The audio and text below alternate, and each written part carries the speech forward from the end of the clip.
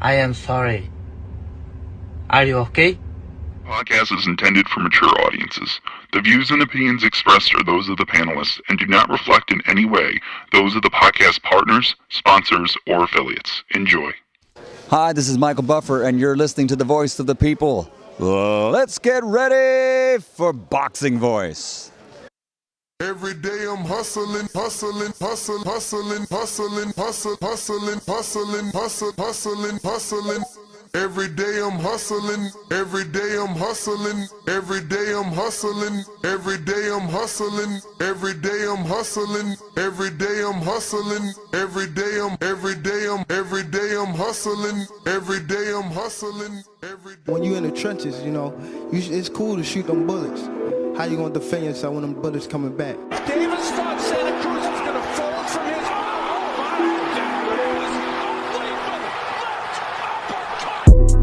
The popular and acclaimed defending WBA lightweight champion of the world. If it was the streets, these niggas would been smoked. Pack the whole group up. Pack them up and get them the fuck out of boxing. Haney, Cambosis, one of those folks, maybe Garcia. All them guys is easy work. They easy work, man. I'm the top dog. The hard-hitting young star of boxing, 3-division world champion. Skill for skill. I'm much more skillful than Canelo. I stand on that. I'm much more skillful. You and Cambosis, what happens, Tank? I'm whooping that ass. Tell him come see me. Tell him hold the belts. I'll whoop his ass for free. The defending world champion from Baltimore, Maryland. We from the city. You know what's happening, what's in the city. TheBoxingVoice.com. Gervonta Tank Davis. SDS Promotions. I remember walking in Mayweather gym, he sitting on the couch. I told him he a bum ass fighter. He ain't say nothing, not one word. He got a furrow on his 80 degrees on him. What up, what up, what up, what up? What's going on, ladies and gentlemen? Welcome back to another edition of the Boxing Voice Radio. I am your host, Nestor Gibbs. Solo Dolo, Scarface, no Manolo. We're here to discuss the drama and whether or not it's real. We got some screenshots that are going viral all over Twitter where Gervonta Davis is having a direct message conversation with Floyd Schofield Sr., the father, manager, trainer of Floyd Kid Austin Schofield. There's a direct message there from Schofield Sr. that says, send the contract, followed by some aggressive, very vulgar trash talk, including threats and insults. And this comes right after the WBA ordered the mandatory lightweight title fight on May 23rd, 3 days ago.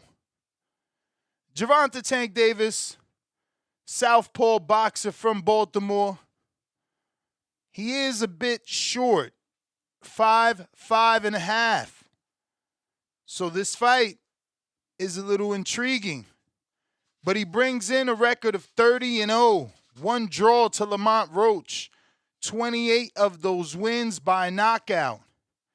He is your current WBA 135-pound champion. He clearly has elite power, known as a puncher with one-punch KO ability. See the Frank Martin fight. He last fought in that nasty, controversial draw back in March of 2025. So he has some time out of the ring now. Going on 15 months nearly of inactivity since dealing with personal issues, legal issues, a fight that fell apart with Jake Paul. The former 3-division champ is talking super duper duper duper greasy on his social media.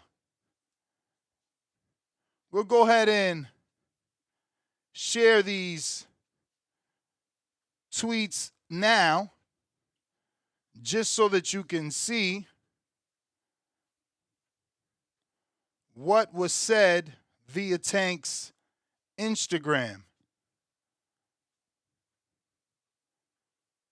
So don't get it confused with who is who and who is saying what. To the far right, that is Floyd Schofield. He's telling Tank, send the contract. He's mentioning Tank in a meme saying 27 days left to make our fight.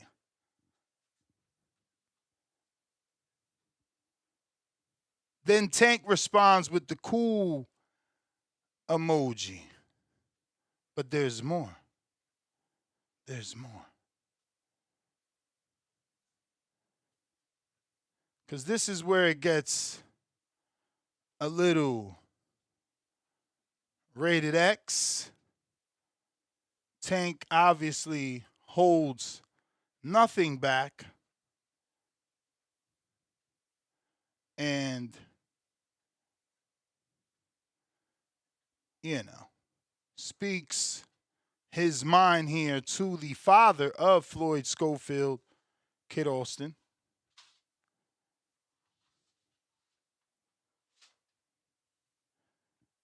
Oh, shit, that didn't work. Hold on.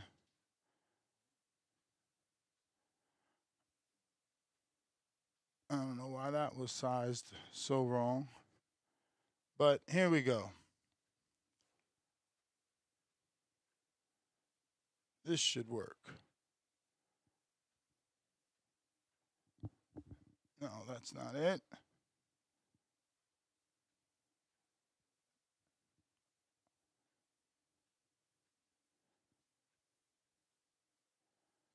It's not working. Hold on.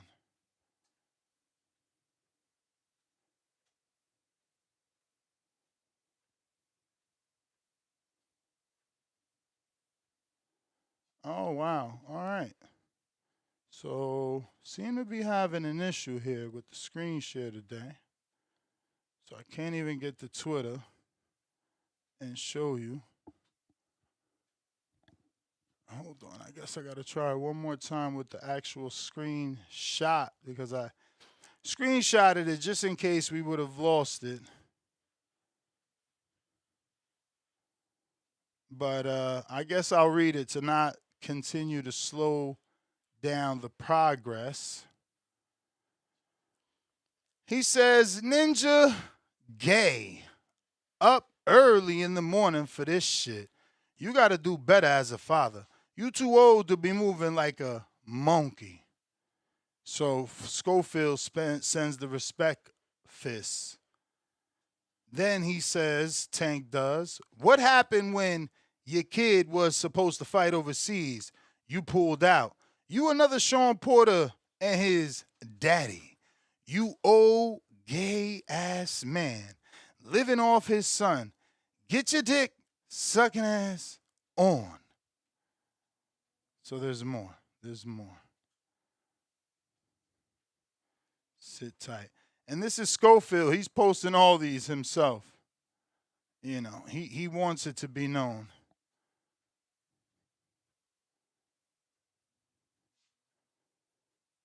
And where's the other one?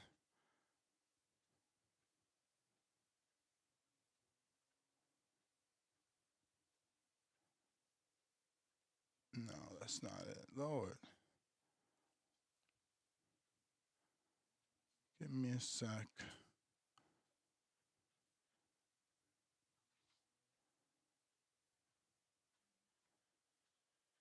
So he says, okay,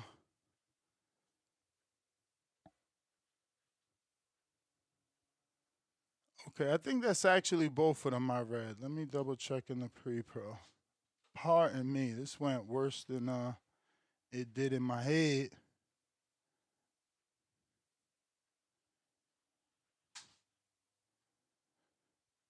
All right, so that looks like those are the two slides, and then you have obviously the WBA order in this fight. So for the most part, it looks like we have a fight. Here goes the one that I was trying to show. Let me see, can I screen share this part now? Is it gonna work? Because he says, oh man, it didn't show it. Why is it not showing it? It says, and when I'm done with him, I'ma spit in your face, you F word. You know which F word. Sucks, bro. I can't screen share. I don't know what's going on. Having issues with the screen share today. Must be buggy. But for the most part, you get the gist. He said, you know, that's the confirmation. And when I'm done with them, I'm going to spit in your face, which gives me the feeling that the fight is happening and it was ordered. He could always vacate, move up, fight Isak and other 140-pounders if he wanted to and choose to. But I think they know this is not a difficult fight for Tank. I mean, you know, God bless Floyd Schofield, but there is a huge lack of experience there. Not only does Tank bring elite level experience, but as I spoke, he brings elite level power. Two things that, you know, Schofield hasn't seen yet. He just fought a former world champion in Tevin Farmer and granted looked good, but also got dropped by veteran Rene Teles Grillon. So, yeah, I don't know that the prospect contender is ready. And I say prospect because he just beat Tevin Farmer. That's his first world champion, former. So is he ready? I do not know. I lean towards possibly not.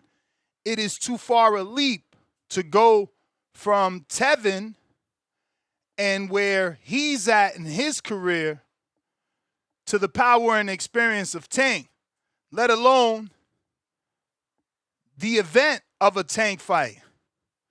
You hear this all the time, that when you're on that level, you're getting pulled in so many different ways that, you know, you just don't perform the same. Lights too bright, stage too big. And these things certainly happen. We know this. We've seen this before. It's up to you to decide, though. Phone lines are open. Does Kid Austin possess that special something that can potentially help him get an upset? Because that's what it would be in this WBA ordered fight for Tank's actual title. Or does he have absolutely no shot? And look, let's be real. You don't walk away from a Tank fight. Even if you're not ready, you got to take it and, you know, hope you get some experience from that fight. Frank Martin came out a little better. Obviously, his second fight with Buddy McGirt didn't look as good, where some thought he lost. But for the most part, his clout went up. People cared to see him more. So for Schofield, all he really has to do is make a good account of himself, whatever that might mean to you. Because to me, it could be different. I could need him to throw some punches, not just go 12 with Tank. I could need him to land some punches, not just, you know, throw and miss. how's he going to look under that Tank pressure? Because Frank, let me remind you, did not look good. He looked panicky under that Tank pressure. And Frank had more experience. So I don't know, man. But these are the fights that are needed. The father is going to tick off Tank. Tank is going to say he's going to kill Schofield because of the father. The people are going to get riled up. And we obviously need a Tank event in boxing. You know? Ain't no party like a Tank party. It's just the truth. It's been a while since he's given us a fight. Like I said, we're going on about 15 months. Is Tank Schofield a fight party? Is Tank Schofield the fight party? What do you guys believe? But salute to everybody rocking out with us this fine morning in the chat. Miles, what it do? DMV, stand up. Bones 13, what up? What up? Rulers back. What is good? Weedy, I see you. Salute to everybody rocking out with us. We are getting the phone line, Zoom link, and all other methods to call into the show in order. If you want to call in and give us your opinion on today's topic, we're talking Tank Davis and the WBA ordering the fight between he and Floyd, Kid Austin, Schofield. We're also discussing the back and forth exchange between Tank and Schofield's father, where Tank essentially confirmed that this fight is happening. You know, basically letting you know when he beats Austin, he plans to disrespect the father. So we shall see. You know, he claimed he's going as far as spitting on him. You heard it. Plans to spit on Floyd daddy. Now, I don't think that's true. Tank says a lot of things pre-fight. He promises a lot of things pre-fight. What he always does deliver on, though, is an exciting outcome. Even in the Roach fight, because it was something we didn't expect. For me, I counted Roach out. Pretty much how I'm doing Kid Austin, but at least Roach has more experience than Austin. So, but who knows? Maybe Austin can do the same thing that Roach did and shock us when you fight fire with fire. Because essentially that's what it seemed like Roach did. Come forward on Tank, who normally is the aggressor. Catch and shoot on Tank, who normally does that himself. And that fight played out differently than what we expected. Without a doubt. So can Kid Austin take a page out of that book? Maybe copy some of what was done, replicate it, or are their styles just too different, he, Schofield, and Lamont Roach? But phone lines are open if you're looking to call in. Discord available, X Spaces available, Zoom link, Discord link, X link, call-in number, all in the description here on YouTube.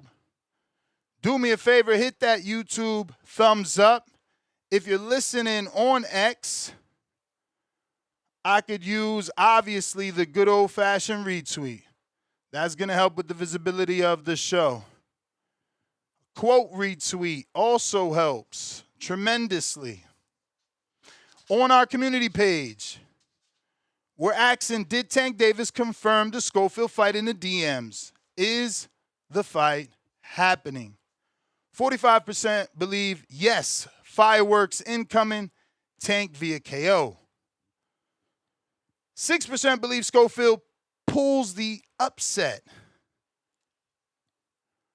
Purse bid drama coming is what 13% believe. And 36% believe Tank ducks his mandatory. No way. No way. What would he duck his mandatory for, guys? Jaime Nieto, first super chat of the day. $5. We talk about Twitter beef more than confirmed fights. I don't see this fight happening. Talk to me when we have confirmation. He has a point, but at least this is ordered by the WBA. Tank's really never, ever held another title outside of, the IBF that he won from Pedraza 30 years ago. So he's kind of always held the WBA. They elevated him, even when he said he didn't want to be elevated. It just feels like he's not going to drop it. And once again, it was ordered. Keenan the Wise, member for 19 months on a prospect level. Plot twist, Tank versus Fulton next. Crying out loud emoji, PBC, way, shush emoji, shush emoji. Cliff in Connecticut, first caller of the day. Yo, there's a few things. Let me just get the easy one out the way. Yeah, it's a fight party. You know why? Because press conference is going to be crazy. And Tank give you that knockout. Yeah, it's a fight party. It's a fight party. Get that out the way quick. Definitely a fight party. Number two, yo, what's the fuck you supposed to do, Ness, when somebody want to fight you? Like, I don't understand this shit. Is this a part of promotion, or does he genuinely feel this way? What you mean? His quotes, what this say he's saying, does he really I mean, offended? I think he feels that way. He never liked Schofield's dad. He always calls him the F word. Always insinuates he's, on that other side of the street. So this is exclusive to the Schofield. So if some other boxer was his mandatory. I never heard him call nobody else that word. Yeah, but I feel like he's always offended when you want to fight him. I don't get it. For sure. He always feels like, bro, you're not on my level. How dare you? Type shit. Like, I just don't understand. Like, almost, I don't get it. Like, I defend Clarissa because I didn't really think Alicia should be calling her out, being that the weight classes and it doesn't add up. But this is actually your mandatory. Yeah. He actually has the right to fight you. He's in your division. It's about that time for him to get a shot. You just so happen to be the title holder where he's ranked. Like, I don't get the animosity. But if it's personal, if that's what you're telling me.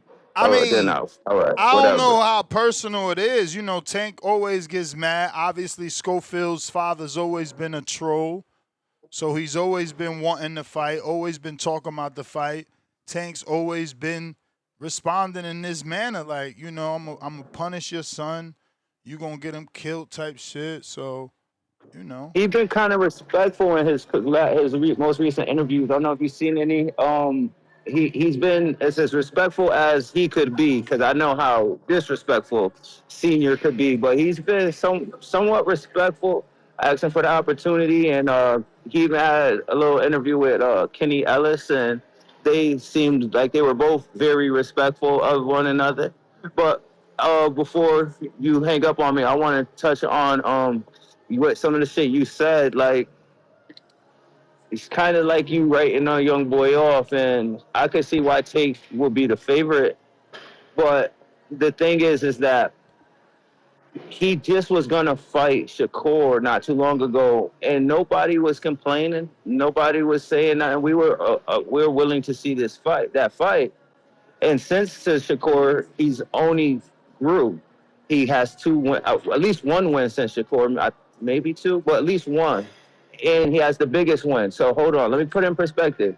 If we don't want to see Tank and Floyd, or if we don't think that fight is, if we think that he just can't fuck with Tank, well, why do we feel like Keyshawn could fuck with Devin when if you put their resumes together, Floyd has a better victory. Floyd beat the best boxer between the two fighters. And I know Keyshawn did become a title holder, but so is Abdullah Mason is now a title holder. Would we be okay with Abdullah Mason getting the shot to unify versus Tank? So I think it's the best time for him to fight Tank if he's ever going to fight Tank, because Tank is coming off a layoff. He's a little rusty. He's coming off his biggest win. You know, it could be a learning experience. He might lose. I don't favor him, but I think the time is right. So, like, while you kind of seem like you was writing a young man off, bro. And I don't really see why.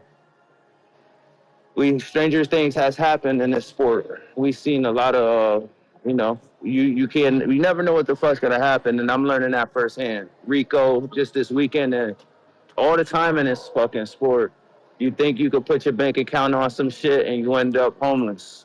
So, I mean, I think it's a good time for the young man to jump in the ring and test this man coming off a layoff. Hey, you All don't got right, no champ. response. You don't got no response. But all right. You the man. You the man. Bucky.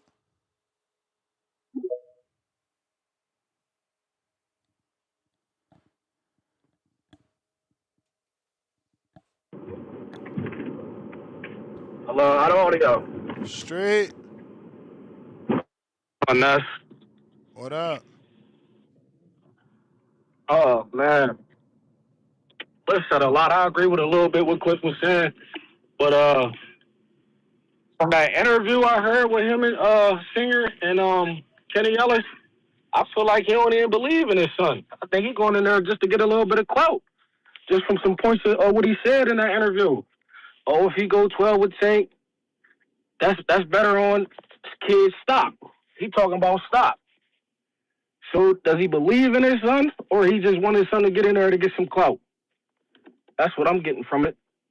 But to me, I feel like it is a good fight, especially for Tank, comeback fight. But other than that, that's all I really got on the topic. Appreciate it. You the man, champ. You the man. Punch talk.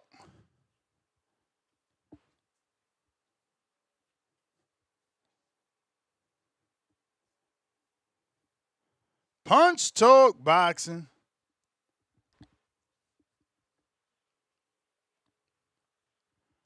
If you're looking to call in, now is the time. If you're looking for a way to call in, they could all be found in the description here on YouTube. Punch Talk Boxing. Good morning. Good morning. Shout out to Amari Jones, bro. He did a great fight on Friday, bro. It was good. He got a knockout. He brought out Filthy Rich, Big East Oakland, Seminary in the building. And like Oscar said, bro, he's bringing the title back to Oakland. So let's do it, baby. Putting it down for the Bay. I'm up there next time for sure. And great weekend of fights, bro. I wasn't really too interested, but watching those fights on Saturday, bro, I was sitting down on the couch on Saturday chilling, watching the fights, bro. It was pretty good. Richard Torres, damn, bro, I can't believe he got knocked out, but shit happens. He a little small dude, maybe go down to cruiserweight. Tank Davis, we got to bring him back, bro. Every time he fights, it's a big fight party. So bring Tank back. And Schofield, he's a good opponent. I like Schofield. But when it comes to Tank, bro, Tank's gonna whoop that ass. Schofield is not really, he's not up there yet. He's still a rookie in the game. And yeah, he knocked out Tevin Farmer like what, first, second round or something. But I mean, Tevin Farmer ain't that great. Um, it'll be a good fight for Schofield to fight Tank. He got a better chance fighting or beating Tank than he was gonna fight fucking what's the name, Shakur Stevenson. So like I said, big fight. Bring him back, bro. We need to take him back. And on Friday, you mentioned you was talking to Malcolm regarding the weather out there in Florida, bro. And I feel like California has way better weather than Florida. Negative. I Y'all mean, get cold weather. I've been bro. to the beach over there. That shit freezing. Chill. You got to go all the way to fucking Malibu for a nice beach at that. Garbage, bro. Garbage. You ain't lying about that. Y'all water look like fucking Lipton iced tea, man. We talking about Google it over here, bro. We talking about Clearwater was on a list. It's probably not anymore, but Clearwater was on a list for one of the best beaches in the world. But now Siesta Keys is, bro, and that's overcrowded. We got hella gems. You ain't lying about that, bro. Our water is cold as fuck, but I'm talking about the weather. Our weather's nice, bro. Bro, y'all gotta wear jackets and round. shit, bro. You tripping? The most we gotta do is a hoodie. Y'all get cold. I do a hoodie too, bro. 65 for me is cool.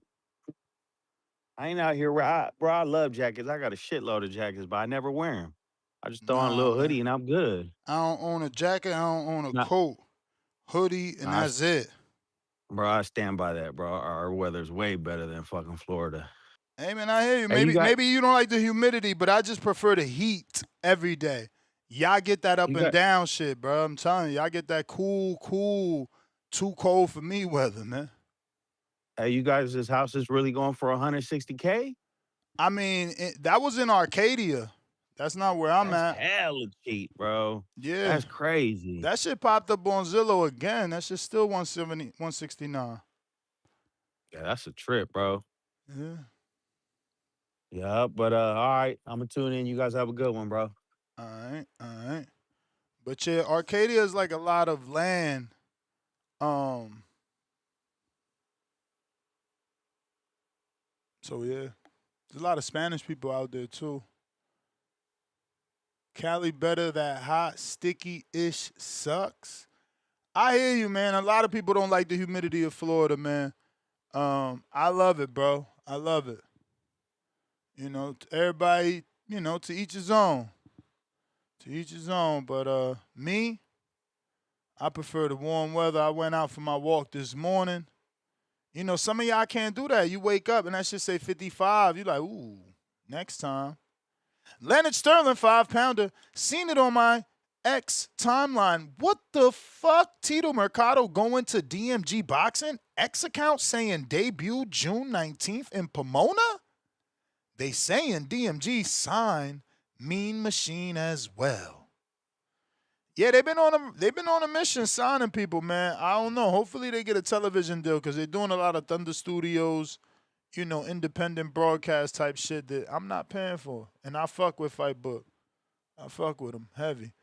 Joshua, a.k.a. Cashman Pete, $5. Shout out to the WBA for doing their job and not making a French fries belt and holding their fighter accountable. Fight your mandatory.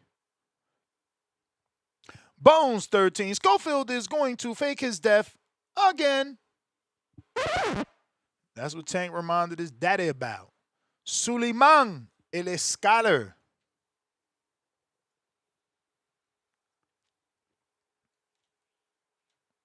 That's the problem right there. He in Linden. That weather up and down. You in the Four Seasons over there. What up, Suleiman? Yeah, how you doing, man? So that's a real good fight, man. That's a real contender. Tank be fighting all the top tier contenders, man. That's why everybody likes Tank so much, man, because he fighting guys like Schofield. See, he's not avoiding top tier talent. You know what I'm saying? So I want to see him fight with Tank. He's gonna be pivoting boxing, like when he fought Isaac Cruz. He's gonna be moving, catching Isaac. You know what I'm saying? Isaac gonna he's gonna fight 110% just like Isaac did. That's a real good fight, man. That's a real good fight. That's gonna be exciting It's gonna be filled up, the crowd, people watching this fight, cheering. That's what he gives us, the good fights that people want to see. I've been dying to see this kid Schofield fight for a title, man. You know what I'm saying? Yep. That's gonna be a main event fight. You see, man, that's what people gotta do. You see, that's what Clarissa gotta do. That's what all these people gotta do. They gotta sign and fight the top tier talent. Like, look at him. He's picking up the cream of the crop. He's gonna step in the ring with him. And that kid got power. That kid knocked out Tevin Farmer. He got power. He got a world class trainer in his corner, which is also his dad. That guy makes his kid fight real 110%. Even when the kid wins, he's always criticizing him. He's undefeated, but when he fights, he's always trying to make him better. You know what I'm saying? So that's gonna be a real good fight. You know what I'm saying? And this guy's gonna be boxing and moving, pivoting. You know what I'm saying? Like he did. So I hope this is good for both of them. You know, like this is a big main event. People get to watch it. You don't know who's gonna be on the undercard of this fight? Not yet, right? Nah, not yet, bro. Too early. Oh, I hope they put some good people on the undercard, man. And you don't know the condition of Richard Torres. You don't know if he's hurt from that knockdown. You don't know if he did have to stay in a hospital or something, or concussion, nothing. Nah. They didn't report that he had to go to the hospital at all.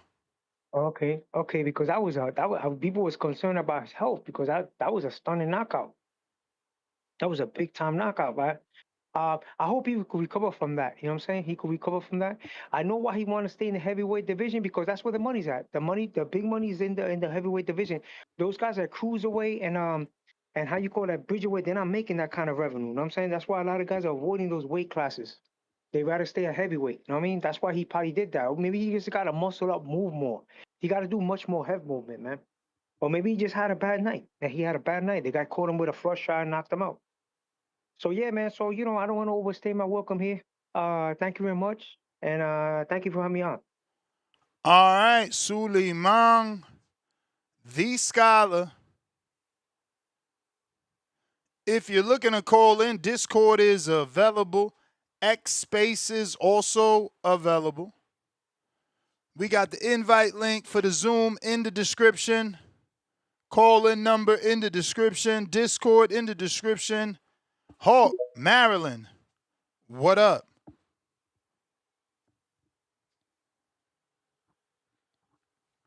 Yo, what's up, Ness? What's up? Ain't too much. How you feeling today? Can't complain. We about 7 days out, 6 days out.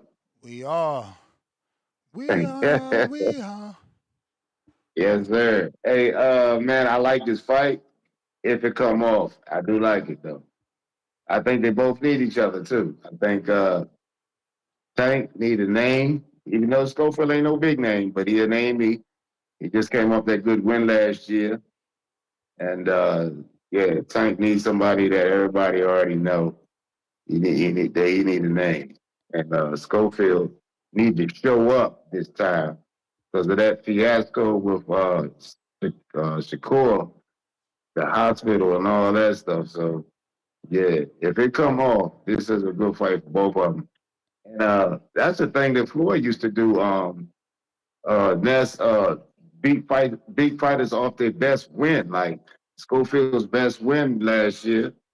And Tank step in and take them out. That's what Floyd used to do all the time to them boys. You remember that? Yeah. Yeah, that was he did it with Guerrero. Guerrero got that Berto win. He gave him the shot. And the one who beat Floyd's boy, I can't think of Adrian Broner. He had lost to that dude, and then Floyd went and got him. And Sugar Shane Mosley had that big fight that he won. He fought Floyd next, and he lost against the dude that had the raps, had the hand cheating. Yeah, he beat Margarito. Then he went for Floyd and lost. So yeah, so that's what Floyd do. Go get them boys off their best win. So Tank will be good. He do that. Got to get Schofield to show up. He sound like he's serious. What you think? Let's hope, champ. I just want a good fight, man. Yeah. Hey, what did you think about the Usyk fight? The way it ended. I thought I heard the bell ring, but what you think? I mean, it was all right with me. I ain't think the dude did as good as everybody giving him credit. Yeah, he would have got knocked out in the very next round, but he was just off beat. I just think he was just lumbery and laying on him. Like, yeah, it was a wild fight. But all right, man. TBV number one. Take it easy, Ness.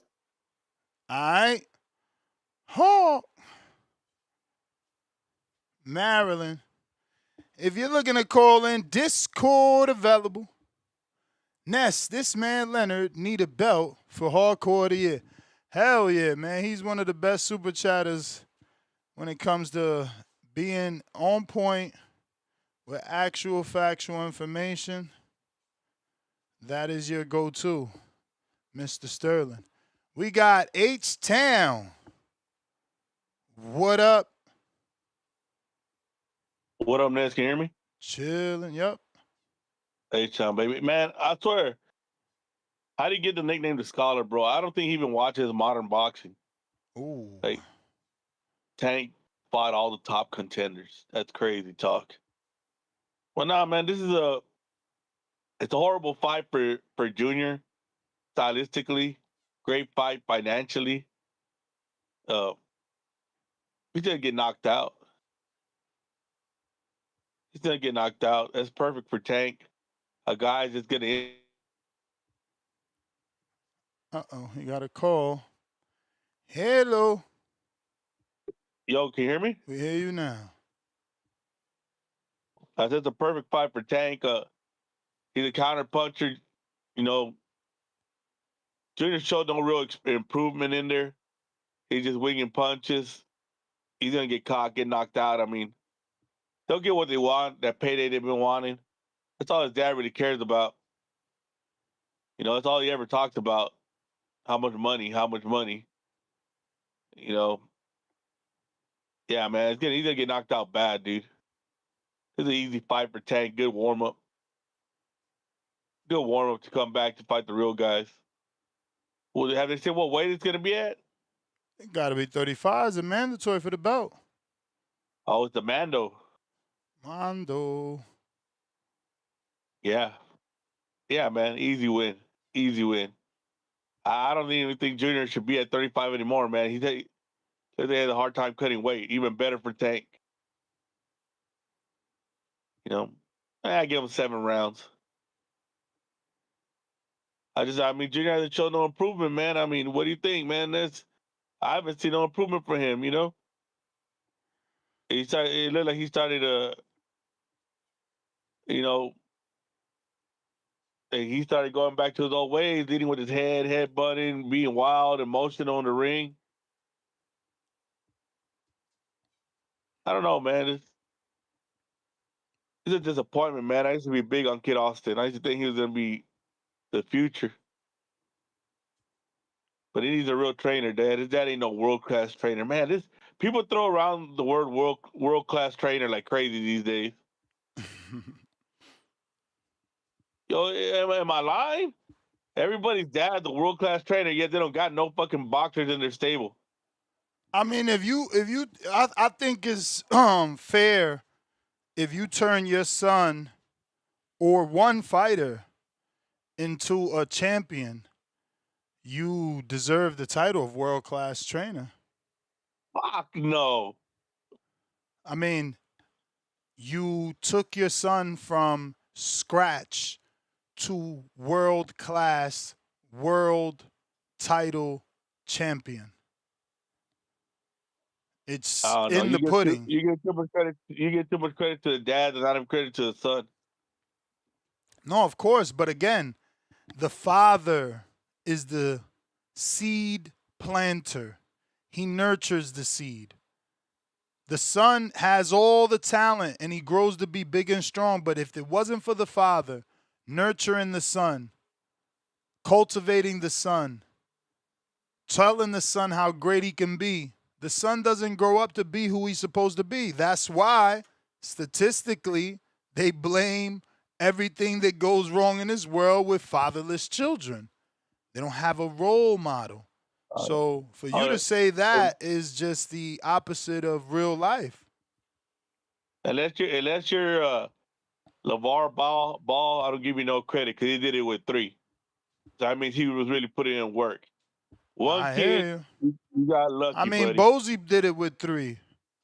Exactly. Only one That's became a champ, though. So you see, but world it class got, is a title that has to be reserved for people that win world titles. but he's got all of them there on the world level where they're fighting Yeah, but again, professionally. you got to the world level, but you're not world class until you level up and become a champ, bro. You want to argue the same shit? No, I'm not saying that. I'm saying you got to It's do. like saying, oh, he's a title challenger, not a title holder. You went to the same place, but you ain't become one thing, so we can't call you a world champion. You fought for belts before, and that still gives you experience. There's still credit and value in that, but it's not a world champion. You're not world level. You failing at the world level. That's why they said the kid that beat Morrell is now world class, because he beat an international champion. Look, again, Ryan Garcia's dad's world class too. God damn it. He is. Out of all the goddamn alleged world-class trainers, none of them made Ryan become a champion. His dad did. This is what I'm saying. You're not purposely disrespectful, but you're just not thinking. If Derek James couldn't do it and Eddie Reynoso couldn't do it, why the fuck you ain't gonna give the father credit who did it? Like, it just make no sense, bro. It's because you're not a dad and you ain't fucking putting in working with your son. If you were, you wouldn't want to be robbed the way you robbing, these fathers. Because Jack Mosley, I mean, look, they beat Oscar. He could tell grandkids on top of grandkids about that moment. Oscar's going to be the golden boy for the rest of his life. Shane Mosley beat him. I trained him to that. Like, I don't know what you mean. This is what I'm saying. Like, y'all just take away people's accomplishments. Like, if I'm Jack Mosley, that's something I'm super duper proud of. I'm probably telling that story every Christmas. Like, hold on. Y'all remember that time? Remember that time I trained Shane Jr. to beat Oscar? The fuck? That's legendary. Bro. Nah, but you gotta understand. Like, that's your kid. That's like if I consider myself world class if I get your kid there too. No, bro, you still learned the skill because it's your son. That's what motivated you. This dude, you know what? You win, I lose, bro. It's not a skill. Saying, you man, ain't world class. You get no credit because you're a dad. Fuck it. I'm not saying that. I'm saying you gotta have more than one. Bro, one is all it take. Again, remember the statistic is 1%. Remember the statistic is 1% of fighters that become world champions, bro. This is what I'm saying. You are downplaying it, but hey, whatever. I mean, it is what it is, guys. I don't agree, but whatever. Everybody world class. Fuck. Clearly they not, bro. A lot of fighters that can't make it to that level. A lot of fighters that wish. Shout out to, I gotta remember his name, bro. What the fuck is his name? He beat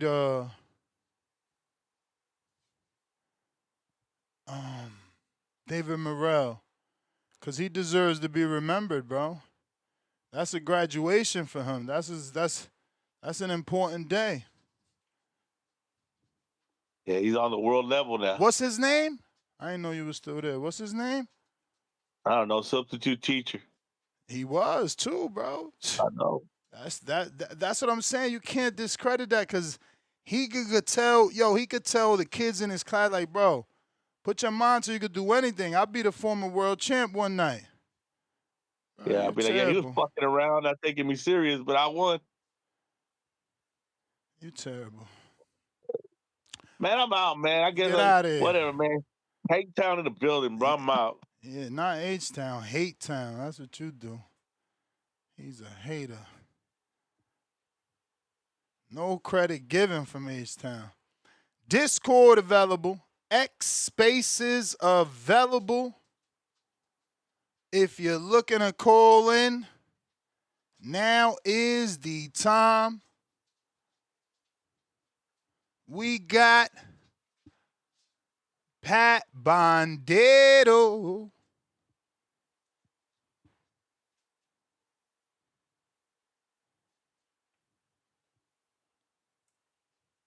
Pat. Yo, you hear me, this? We hear you. Saludos, man. Zach Shout out to Chelly, that's DB. right, bro. Yeah, Chelly, Homie graduated, man. He deserved that. He got that diploma. Chelly the Muslim man. Or certificate. He a real fighter now, bro. He internationally known. The white Muslim. Alhamdulillah. Remember when you won? We said. I ain't even know. Yeah. I was shocked. But I ain't gonna lie, I agree with Edge down now about the world class trainers. I'm talking about like the Schofield and Tank fight. To be honest with you, like Well, I ain't arguing that Schofield's junior, senior is a world class because they ain't win no title. I'm arguing that there are fathers that are world class. That's all. Yeah, I hear you. Yeah, I heard you. I think I agree with Edge Town when he says Schofield is. I think he's just tailor made for Tank, man. I mean, to first of all, I don't think he deserved the fight because of that faking death shit and like all. You don't really know if he faked his death though. Yeah, but then at the same time, he's like saying like he got like they tried to do something to him. The Shakur's team trying to like kind of like nearly kill him. I mean that was ripped his passport, slashed the tires on his car. That was bro, that was bro. If you remember, that's when I stopped interviewing them. I'm like, whoa, this shit getting crazy. I know, I remember. Yeah, I do remember that. Like, you felt you were a bit uncomfortable hearing all this shit, weren't you? Hell yeah, shit don't make no sense, bro. Crazy. That's what I'm saying. Like, I said, broke into your house and took the passport. Like, yeah, I'm telling you. I'm like, oh man. Then he said another story about being pulled over, then being able to tell the cops, no, I've been getting threats and it's all reported and allegedly the cop believed it. I'm just like, man, yeah, it's too much for me. That's crazy. I mean, like movie time over here. They in another world, bro. Like that's not a normal world, bro. He needs to be tested for like psychologically or you know what I'm saying? Like that's crazy. I even like just like being able to say this shit, man, on the boxing voice, like you like get the fuck out of here, bro. But yeah, like anyway, I think he doesn't deserve the fight, but anyway, he's been mandated, so I mean this fight is good for people that just want to see Tank. But yeah, like stylistic wise, bro, like he's just a puncher. You need to be more than a puncher to be able to like get into Tank. Like, you need to have like a decent IQ, like a really good like a good, let's say, boxing skills, being able to think, adjust, shit like that. So I agree with H Town. Like I don't see this going more than 7 rounds. Like just Tank will probably just like he'll do the same shit that he did with Rolly, basically. That's how I see it. Obviously, he's got a puncher's chance. This guy Schofield, of course, because he's got power. But Rolly had power too. And really, like I see the same thing. Like Tank just gonna like just like read him for like 2, 3, 4, 5 rounds, and then start like trying to work and counter. So yeah, man, like that's how I see this fight. But yeah, he's got a punch of chance for sure. But I even have like Abdullah Mason beating this guy Schofield. Even Abdullah Mason, I have him beat him Schofield. Like yeah, a lot of people do. I think like he's at 135. Like to me, he's not on the same level of those champs, man. Just IQ wise, I just don't see that. But he's got power. That's not like that's real. The power is real. But if you don't do that like that to Tank, bro, Tank is gonna like he's not gonna jump on you like the first round like that. He's gonna watch. He's gonna watch how you move. He's gonna time you. He's gonna make you like go all around the ring. Like Nah. But yeah, man. If people don't want to see Tank, hey, man. If it's what it is what it is, bro.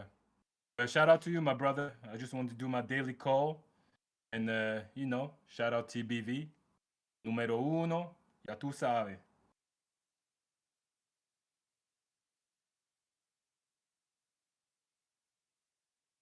All right, Paul.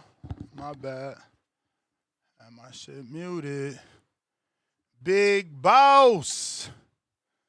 Bandalorian. Yeah, what you call it? I, one thing that Leonard Sterling had left out in this, yeah, that's the reason DMG they got that event happening. They're making their DAZN debut there, so they did get the TV deal. That's good. That's all I care about. You feel me? You gonna be signing folk. Get you a deal, man. Don't make these dudes fight on no independent shows that nobody got access to. Got to pay $25 a show to watch on some bullshit. You know what I'm saying? Production. Like, come on. Yeah, I'm still curious. I gotta look into that because I'm still wondering why the hell Tito went over there. Because I thought he had this leader thing, So, but that tell me just in the 11th hour, DMG must have came in there and did something that made him sway and change his I mind. think they just offered him, a fight.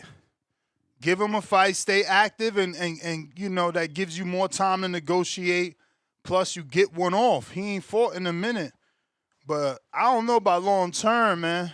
I know they got Brandon Adams long term.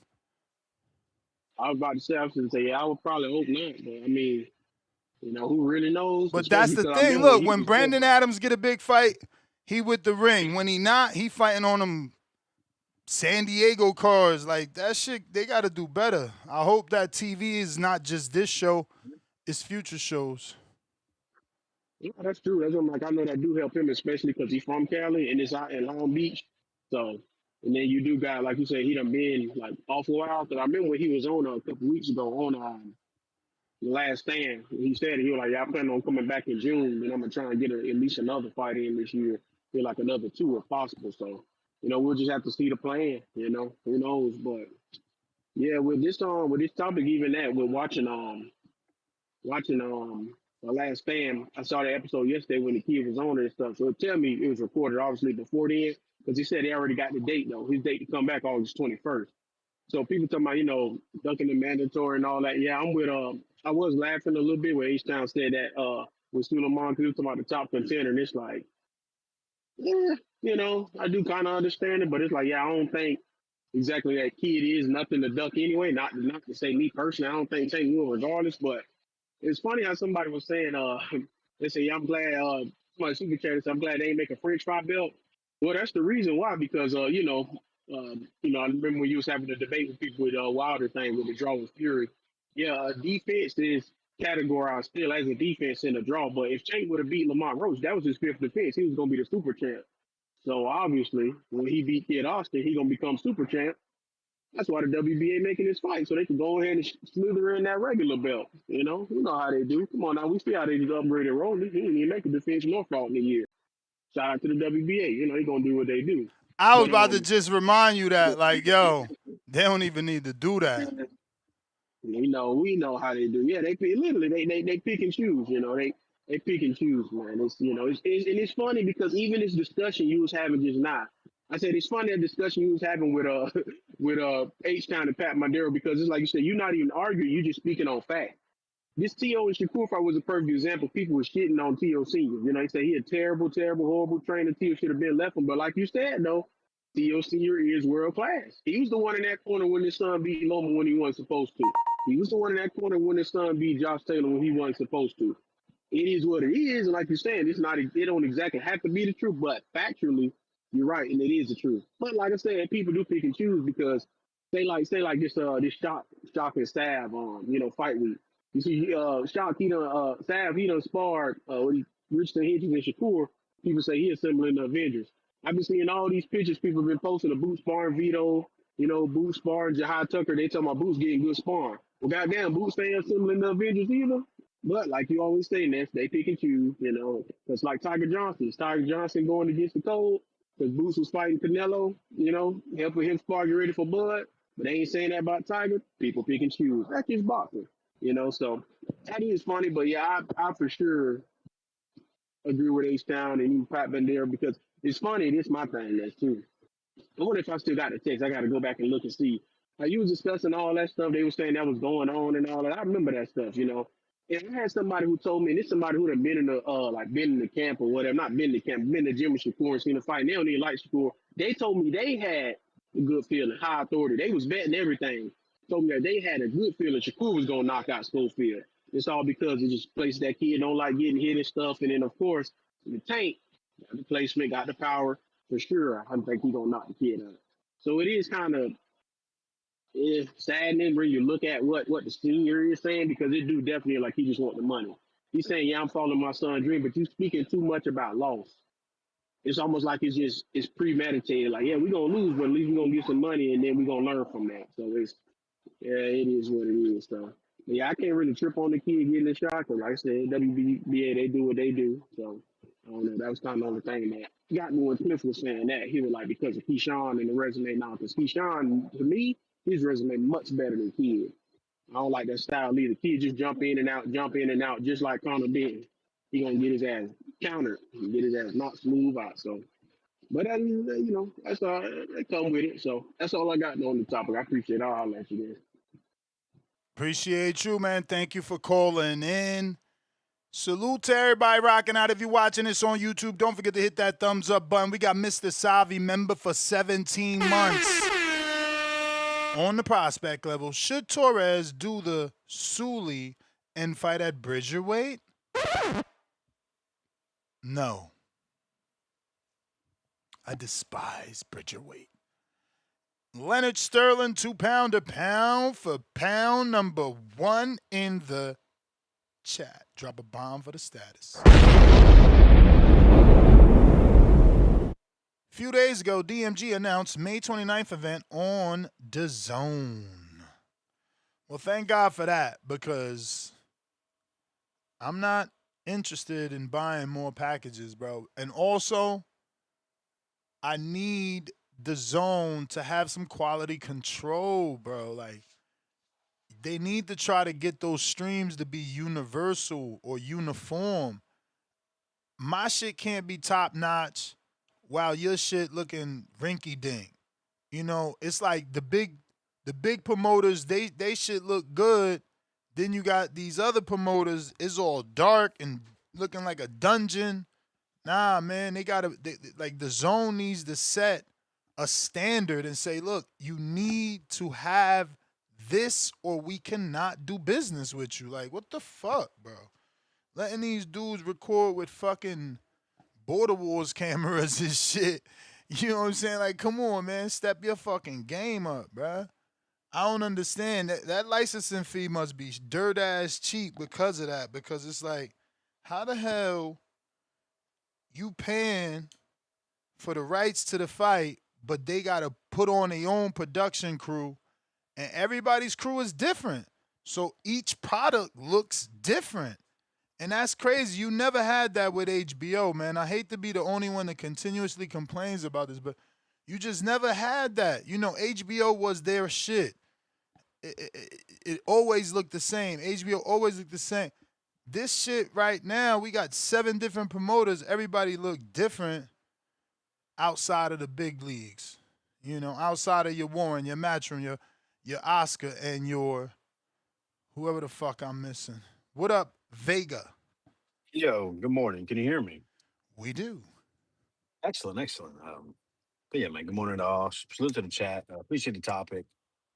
In regards to the topic, yeah, we get some movement when it comes to one of these 15 sanctioning body, quote unquote, world titles. It's a long time coming. This is one that's been stagnant due to tanking on a exhibition fight that fell through. Then he fell through some legal troubles. And now a guy that was ranked at, I believe, number one during most of the time is now getting his title shot. So within that, it definitely makes sense. In regards to Tank Davis and his DMs, People like that kind of stuff. It adds to the build-up, and it gives already a precursor of what we could possibly get when it comes to a press conference, something to get hype about because Tank is going to have exchanges with the Schofields, especially Senior. Senior's not one to hold his tongue. And I think we've seen Junior really come out of a bit of his shell. Though Senior's definitely the more dominant of the two when it comes to interactions and back and forth with other individuals. But Schofield Sr. has basically been parading saying he's getting a WBA world title shot. And it turns out he was right. You got to give the man some type of credit for that because for the longest, I mean, I was ignoring it due to he just always seems like a guy that's just screaming in an empty room. But now there's real substance about it because this is where we are. He's getting one of the biggest fights you can get in boxing, a Tank Davis pay-per-view headliner. There really isn't much bigger of a fight, and we've seen that. Shout out C Dub. He reminded me, man, Shakur had a fight with Schofield. He pulled out of that. Schofield did. We saw him in the hospital bedroom. Looks like he's made a full recovery, and now it's got a Tank fight sometime later. Don't forget, Frank Martin won a little bit of the pulled out of a Shakur title fight. I mean, yeah, Shakur title fight and got himself a Tank fight not too long after that. So, yeah, man, it looks like having your name connected to Shakur gets you a Tank fight. Some of these fighters take notes, man. Just get your name connected, whether it's negotiations, getting deep into negotiations, talking money, or even fight week you can pull out and maybe you got to wait a little bit, but you're gonna get that Tank fight. This is the way. This is the steps to get to the Tank fight. Which, if you're around 130 to 140, it's the biggest fight that can be made. Uh, Tank is something what Baby Joker used to say about Canelo. He's a walking economy. He is the face of PBC, and there was a time where he was the face of American boxing. It felt like things have changed, it seems, but one fight, one more knockout, and he's right back, or maybe even bigger than what he was prior. Maybe Tank's this comeback fight for Tank can get PBC jolted again. Maybe build new relationships. Maybe who knows? Could Tank Davis find himself back on Netflix? Probably not, right? There was rumors. Who knows if it's true or not? They said he was difficult to deal with. That could have all been Jake Paul propaganda. But this is the business, man. What is what is going to get the most viewerships? They say all publicity is good publicity, right? So you asked earlier, is this a fight party? It's undeniably is. It's because of what Tank Davis brings. He brings the celebrities. People he he has a certain way to he has his own fashion sense. People like that stuff with his accessories, down from his fingernails to his purses to his outfits, even his hair. Hold on, let me wipe this grease off. And he knocks people out. You always hear, oh, well, he was down on the cards. When we look at the cards, he was never down. But yeah, there's times where they feel like he's struggling or he's not dominating rounds. And what happens, Nestor Gibbs? One punch, the motherfucker is on stringy legs. They're face planted. They're sleeping in the corner. And if you can survive, you might get your fucking eyesight lost. Say what you want about Tank Davis. The man is can't miss TV because something is going to happen. We even had it where he took a knee because of his hair and he went right back to fighting. So it really is the theater of unknown with Tank. But what is most likely going to happen is is going to knock out the opponent.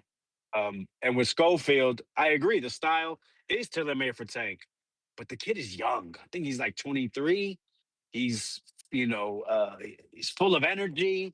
He doesn't know how to lose. And with what happened against with Roach, not being out, he's talked about wanting to get out the game. You could argue this might be the guy to do it. A guy that's gonna push him. A guy that's gonna be in his face. A guy that is gonna just throw as many punches as he can, most likely. A young guy like this that just has nothing to lose, because his father said it. He has nothing to lose in this fight. He very well will get knocked out. But you know what? I truly feel he's gonna come to try to win. And he's gonna do everything he can. I remember they had brought in Johan Guzman for the Shakur fight. So his dad has gone to outside help before.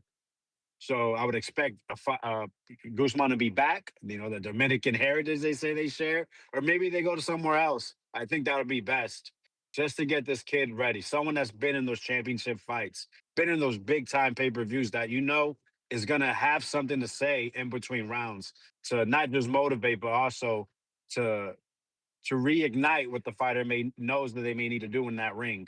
Because Tank Davis, you get caught sleeping, he's gonna put you to sleep for real.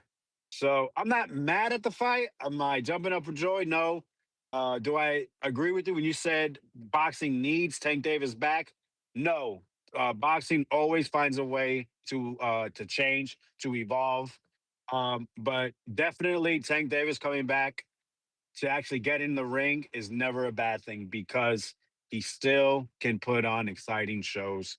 And I still think he's a top quality fighter. Um, I think this will be a reminder of what he can do. But at the end of everything, after this fight, I feel like we've said this many times. We want the best of the best next. We want the Shakur fight. People still will call for the Haney fight. He's probably too big. But really, it's really just Shakur. That's the only guy I think people believe is at his level, near his level, and what I think can beat him. So yeah, let's get this fight over with. It is a fight party, just like June 27th.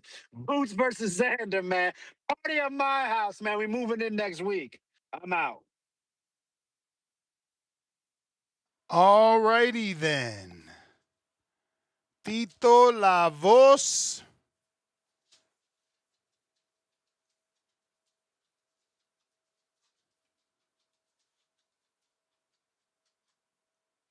Tito. Tito.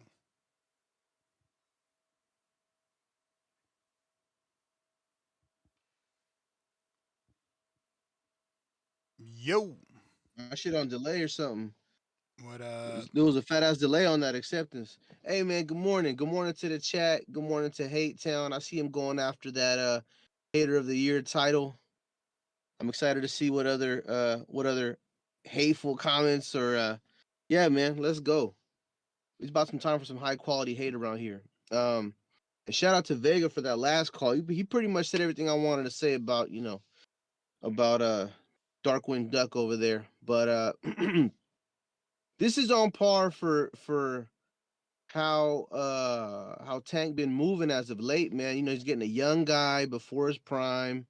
Had a suspect outing, with that whole faking his death, quote unquote. And this seems like a guy that's vulnerable, and this is right up Tank's alley, right? This is what he wants. He wants vulnerable guys that he gonna beat. Don't want no challenges, right? But I'm curious as to why. There's a dude out there that put a blemish on Tank's record, man. And his name, I forgot his name, bro. Rhymes with Loach. Roach. That's right, Lamont motherfucking Roach. There's a dude out there that put a blemish on his record, and Tank still don't want them get backs. I mean, I don't know. He better change hairstylists or something, man. But ain't nobody gonna give a fuck about what he's doing. Well, I'm lying. I'm lying. Everybody who waits in line for sandwiches and fucking and iPhones is gonna be out there to watch that fight. But that still is hanging over his head, and he need to address that, man. He need to go on ahead and address that. Now I'm pretty sure Tank is gonna get the W. Because again, this is a guy that even though he has a decent skill set and is young, he's also vulnerable, right? And he can be defeated mentally. And people putting too much credit on the Tevin Farmer win. Ain't Tevin Farmer had like 4 losses before he went on that winning streak? Yeah. Right? Before he became he's a been world going- champ, he had 4 losses. Yeah, that part, right? So So if I'm not mistaken, he he already has like a he already has a tendency to like not either take fight seriously or not take his training camp seriously. One of the two. It's not a skill thing because the man has skills, but he what he don't got is I don't know. I don't know what it is. Some man he don't got that got those 4 losses, man. You know what I mean? Maybe he had a bad management team. Maybe he didn't take his training seriously.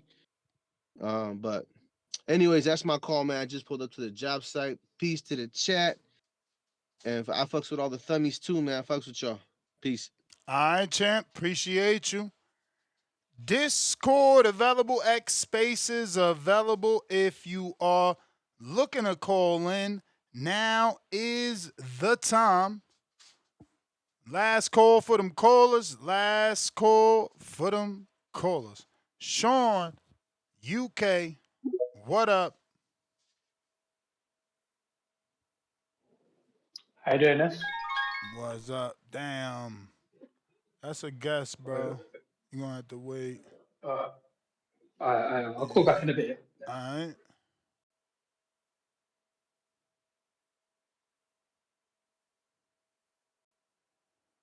Mr. Booker, what up?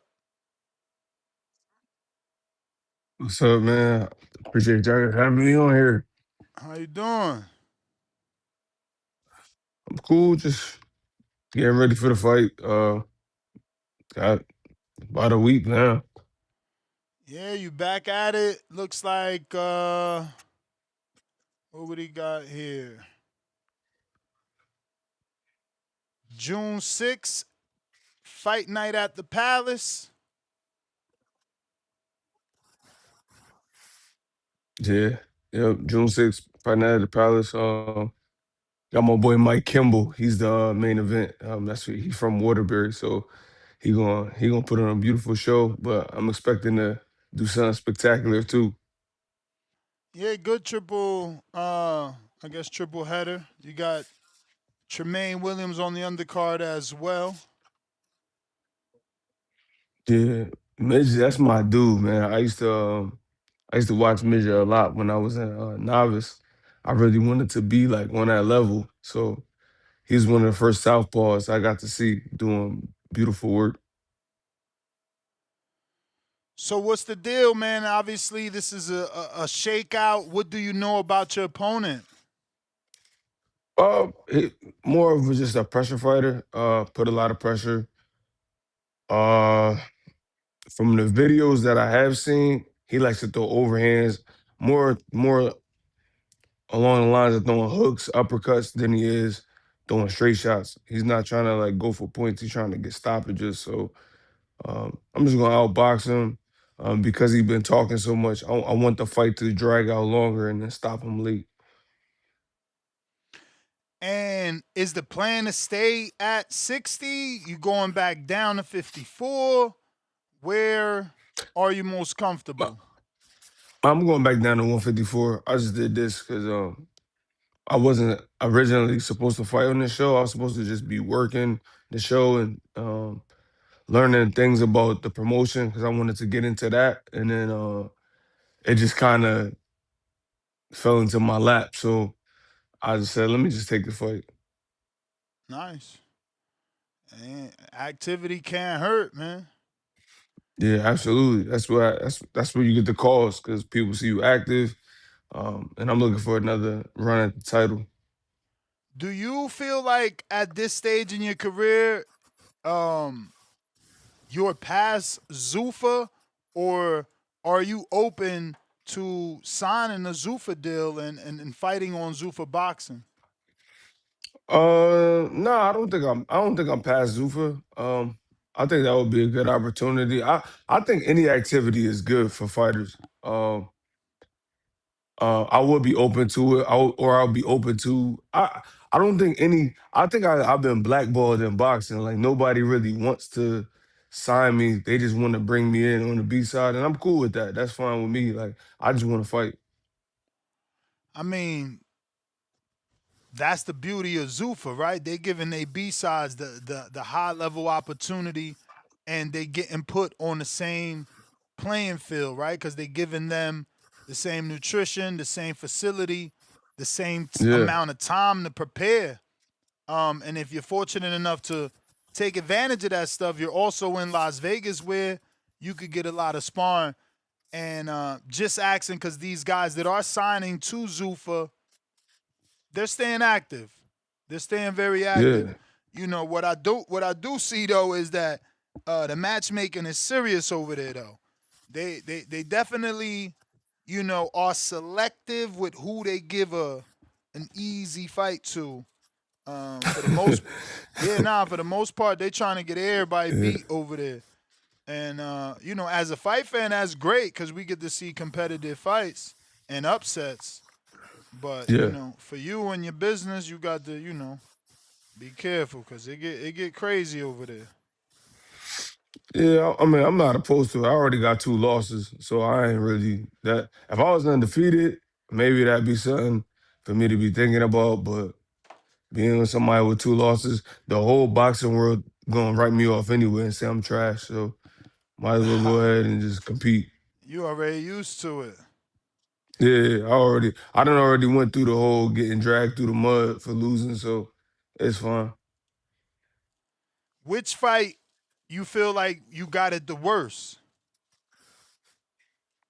Uh, definitely the ammo fight was worse because uh you had 2 guys who you didn't know what they were gonna amount to, and then Yeah. he beat me in the first round. So of course that was like that was devastating for myself, even though I knew like things that were going on with me, but still it still was it was bad. It was bad. It was bad for myself and it was bad for, anybody who believed in me. You think that rematch is something that won't be able to happen? No, I think that could happen for sure. Because he just came It's off a just pretty bad loss right now. Like, if anything, now is the perfect time to tap into that story to bring him back and give you the rematch. You just gotta go ahead and do the unthinkable. yeah, no, I would for sure. That'd be a dope build up to the fight too. But I mean, I want the fights at 154, but I would definitely take that a fight at 160. The competitor in me would love that. What did you think of his last performance? I mean, I don't feel like it was, it wasn't I don't feel like it was that bad, but he's how I think of him is like he's very powerful, very active, athletic, just needs more time and experience in the ring.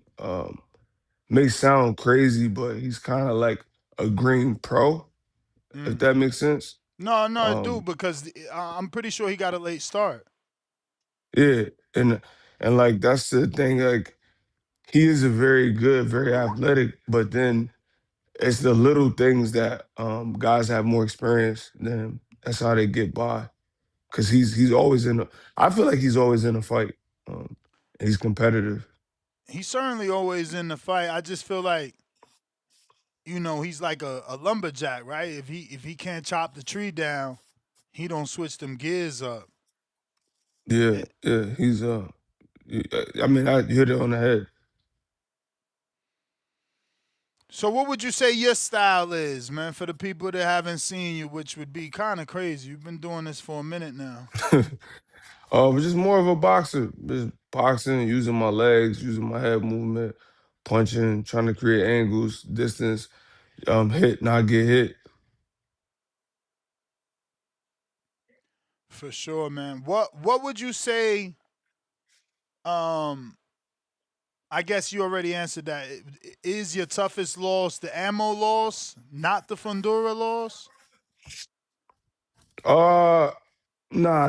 What was tougher on me was losing to Fundora because I mean, for myself, was because now I made it to a world title. 2 world titles is on the line. This is what we dream of as fighters, is to win a world title. And I never had a camp. The first camp I ever had was Fundora. I never went away to Yeah. go train for a fighter and get ready. So I did everything possible to win the fight and believed I could actually win and lost. And I don't think people would know how much that how much that takes, and how that can affect you as a fighter, But at the end of the day, it's like, man, I've been through this shit for years, so I'm going right back to it. Yeah. What was the most difficult thing about that fight? Was it his height, his Man, reach? yo, 6'6", man, and it feel like he's taller than 6'6" when you get in the ring. Mm. You can't make you can't prepare for somebody like that. Uh, it's just too many variables. Like you're not gonna find somebody 6'6" to spar that's your weight at 154. They're all gonna be probably heavyweight or light heavyweight, cruiserweight. So nobody's gonna be your height and weight. And then the activity that he has is, I mean, it's unmatched. Honestly, I don't think there's anybody in the weight class who throws as many punches as him as well. So it's just hard to prepare for somebody who there's nobody else out there in the world that's like him. Nah, you ain't lying. You ain't lying. But he has been beat. He has been Yeah, beat, so it's doable. yeah, but I mean, he got better since that fight. I mean, not to take nothing away from the dude who beat him, but he obviously worked on boxing after that because he used his jab against me. Then he went and fought Tim. He used his jab against Tim in the second fight, and Tim quit on the stool. So it just shows that he elevated his game and he learned from that loss.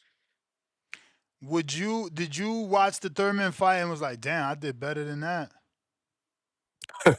Nah, it's funny. I was telling everybody he gonna beat Thurman. Um, he's gonna stop Thurman, and then they were like, "Nah, bro, you bugging." And I'm like, "All right." I mean, I was in the ring with him. I guess y'all just think Thurman is this way better than me or some shit. I don't feel like that. Thurman is a guy who was 147. It's gonna be hard for him to come up in weight class and fight a guy who's 6'6". I didn't see how Thurman was gonna win that fight. Damn. Um, yeah, he looked like he had a tougher time than you, in my opinion. He looked like, bro, like he regressed, like skill wise. I was like, what is he doing? He was so wide and reaching and just bolos. It was crazy, bro. Got rocked in the first 10, 20 Yeah, seconds with the straight left. I was yeah, shocked. because it'll make you panic, because you think you're out of range and he's touching your glove, hitting your shoulder, and you like, wait, this dude way closer. And I think what happened with Keith is that he started to panic really early. And if Fundora sees you start to like get tired or he sees you thinking, he just puts more pressure, faster, faster. So Mm. I think that's what he sensed that from Keith, and he just went faster because he saw Keith was like thinking about what he was doing instead of trying to implement Keith's own game plan. Yeah, that was a tough fight for Keith, man. Tough fight for Keith. So obviously, your manager's always been able to keep you active, and then eventually a big fight falls on your lap. Mhm. Is there something you're targeting, or you just winging it, see what happens, what falls on your lap this time? Because you've gotten big fights.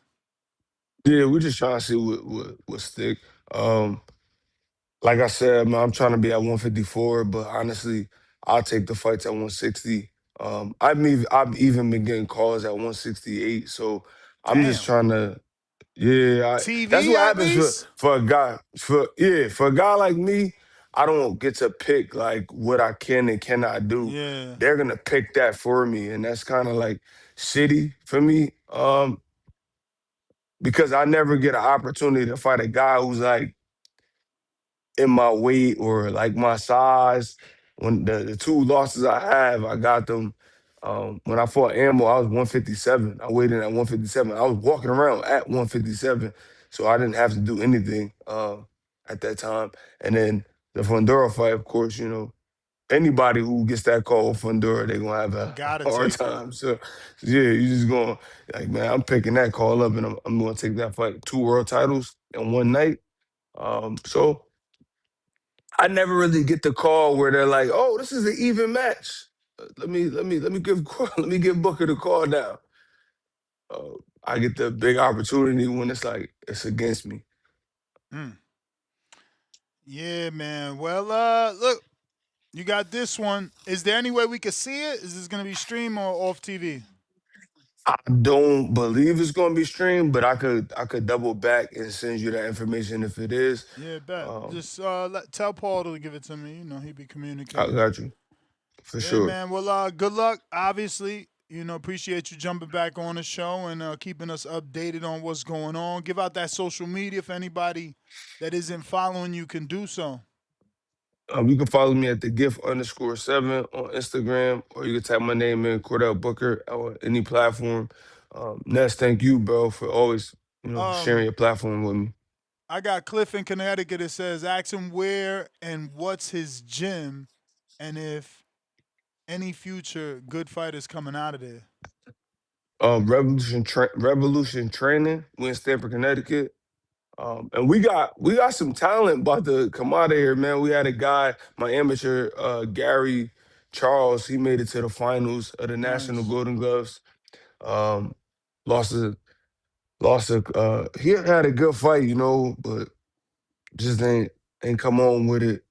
I mean, he's still kind of green. We only had 14 fights going into the tournament, going against the top guys in the country.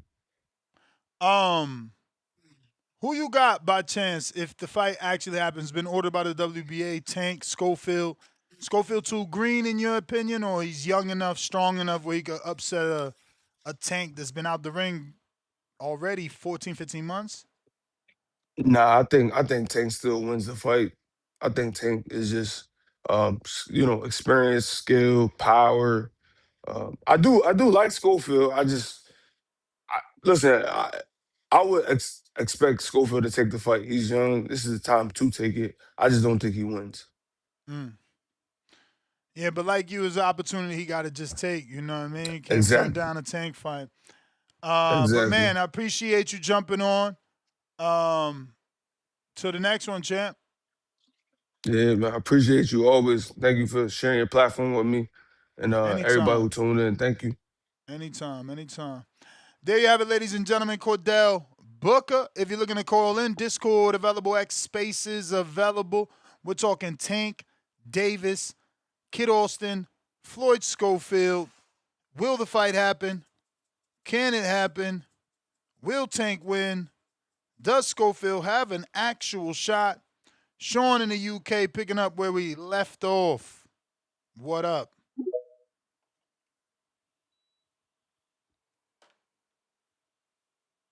That was a good interview. Appreciate it. Yeah, yeah. It's a shame.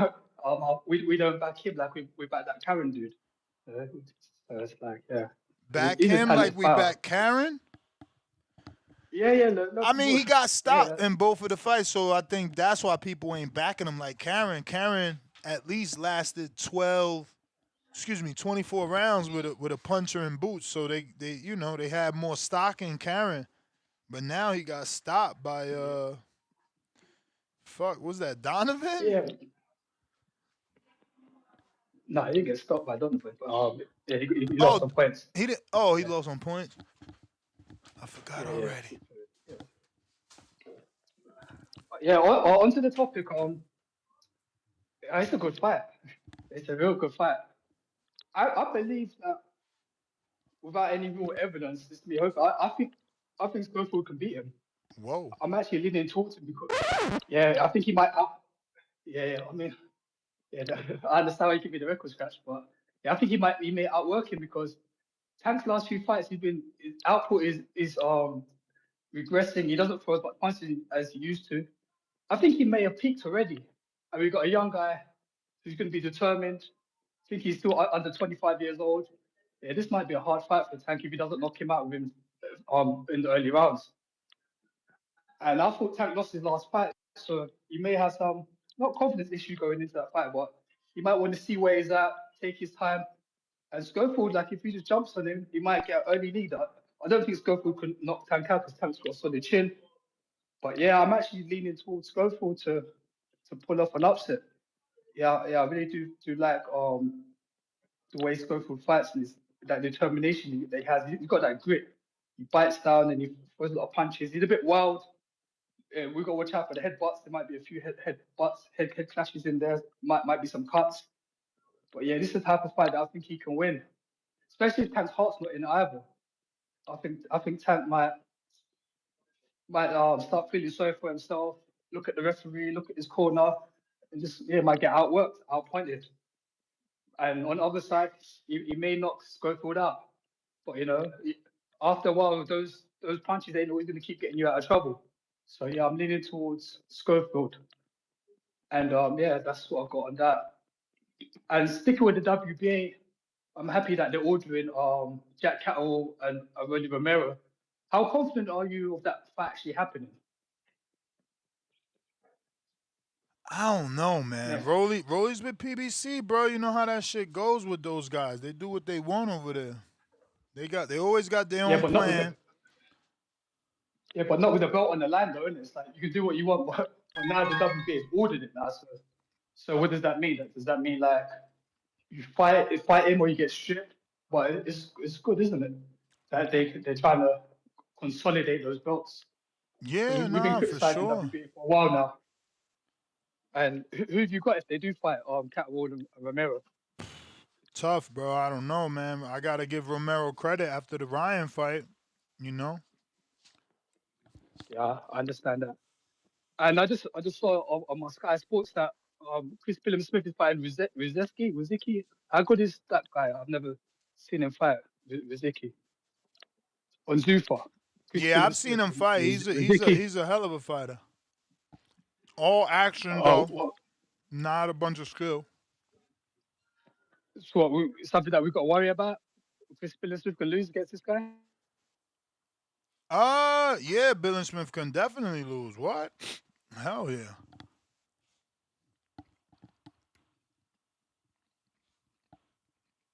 You there?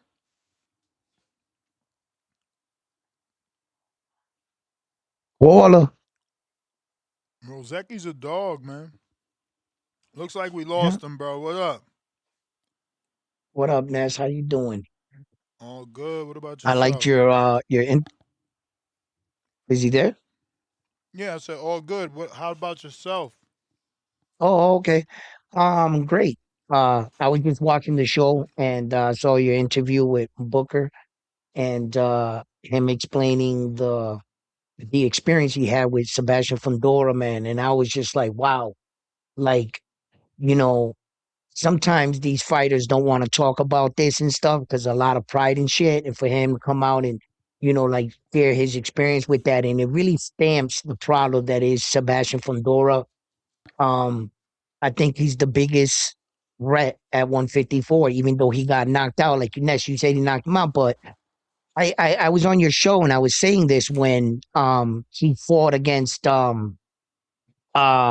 one time Keith Thurman. I said, where'd you get sparring partners to imitate Sebastian Fundora? And the caller said, no, we got this guy and we got this guy. Remember, I was on your show. We talked about this.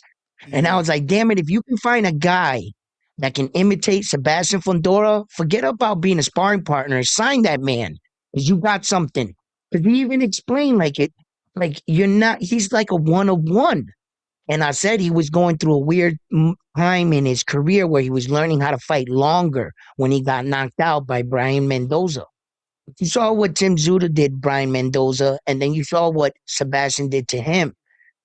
So I just said that I don't, I'm not sure if he beats everybody at 154, but I wouldn't be scared to put him in with anyone at 154. That's what I'm saying. It doesn't spell victory.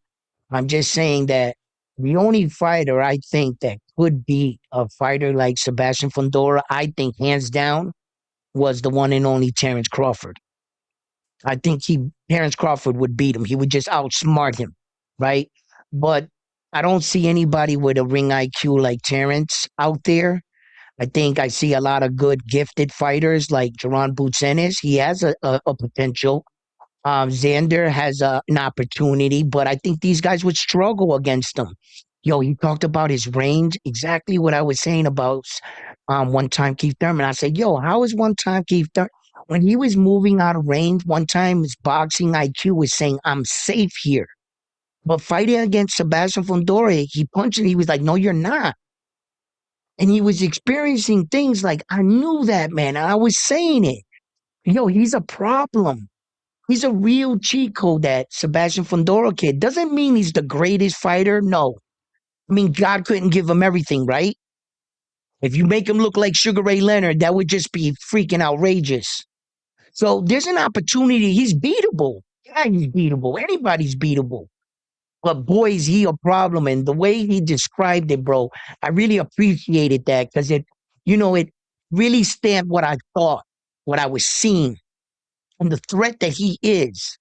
Bro, he is a problem. So yeah, man. And this Tank situation, come on, Ness. You think Tank's gonna take this fight? You think he ain't gonna fight this out? You think he ain't gonna look for this Loma fight type thing and try to get that a bigger name, or you think he'll give Schofield the opportunity with the time frame that they're setting for him? You think Tank's gonna, That's what or I'm he's gonna saying. do another I don't Tank? know. I don't know. He could vacate and fight Loma, the bigger fight. Nobody's gonna be mad. They're not gonna say he's ducking because he fought Loma. Well, let's talk about that right there in itself, right? Vacate what? Champion and recess? That's what you're vacating? Bro, You're you at be a saying, lower champion yo, status. shut up. You be saying shit like so confident, bro. He's the fucking super champ, not no recess champ. Well, remember. How the Okay, hell do hold you on. Then mandate? How do you mandate a champ in recess to fight his mandatory? He's in fucking recess. He won't have a mandatory. so now he's the full elevated champion now back since those cases and the Jake Paul thing. Fill me in. Bro, he's been elevated champ. Remember, he was on Twitter for like a year saying, "Don't elevate me. I don't want that shit."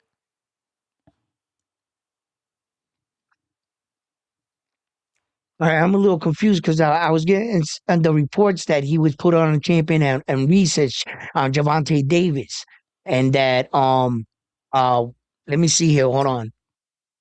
What's his name there? Let me go all the way down here. Hold on. Let me just double check this. Because anybody else could be confused too on this. Yeah, say Gervonta Davis champion in recess on boxing scene 135. So like vacating that for me, it's not like He's a not a big thing. champion I in would vacate recess, that to champ. fight Loma. I would vacate that status to fight Loma and rather than fighting Schofield for what? You think that the fight with Schofield would generate the same revenue versus him and Loma? That's my question. That's what I'm asking. Of course not. The Loma fight is a bigger Okay. fight. Right. Okay. All right. All right. We're on the same page on that one. Okay. So that's why I'm saying that my question I started off with, I don't really see maybe Tank taking this fight with Schofield. That was my thing. I think he's going to try to, and then, the rumors with Loma and what he's doing. So, but if the fight was to happen, let's just say in a What good world, rumors? Tank says, let's just say that Tank says, you know what, Schofield? Bet me and you, mano a mano. Let's go. What do you think's gonna happen? Yeah, he gonna. I You mean, I'm think? picking Tank, right?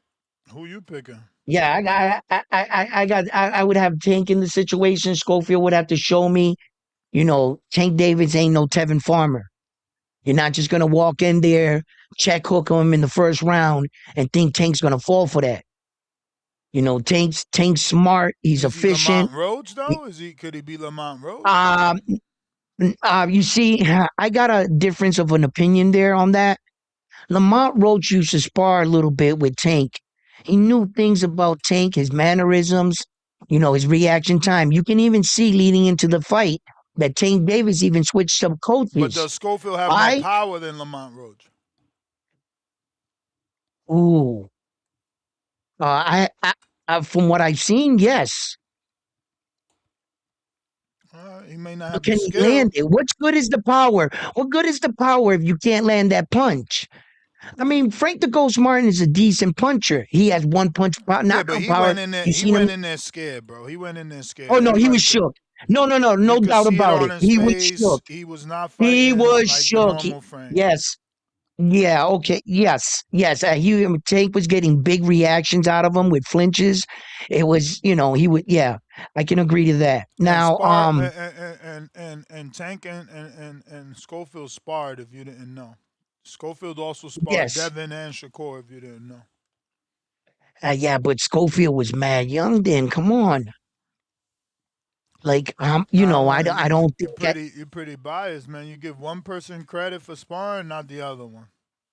Okay, no, I'm not. That's not being biased. I'm just being realistic. Like, like on the time frames and So stuff. you And so you okay, think so you think in your mind Lamont Roach and Tank sparred as pros? well, I remember that Tank said that he helped him get prepared for a fight. That's why. I don't remember that, but what I do know is that they fought in the amateurs. Yes. And remember, like these guys came up together in the same circles. Like Ryan Garcia and Devin Haney, they fought in the amateurs. What was it, 6 times? They went 3-3. These guys are familiar with each other. Well, look, if your question is, do I think he can do better than Lamont Roach? Look, I got to give Schofield his credit. He is fast. He is sharp. He does have the confidence of an undefeated fighter. Anything can happen in boxing. I just think that Tank Davis is the more seasoned of the two. Tank Davis can find your chin anywhere in I'm that ring with totally that with you. uppercut. I'm totally with you. He's got too much experience, too much power.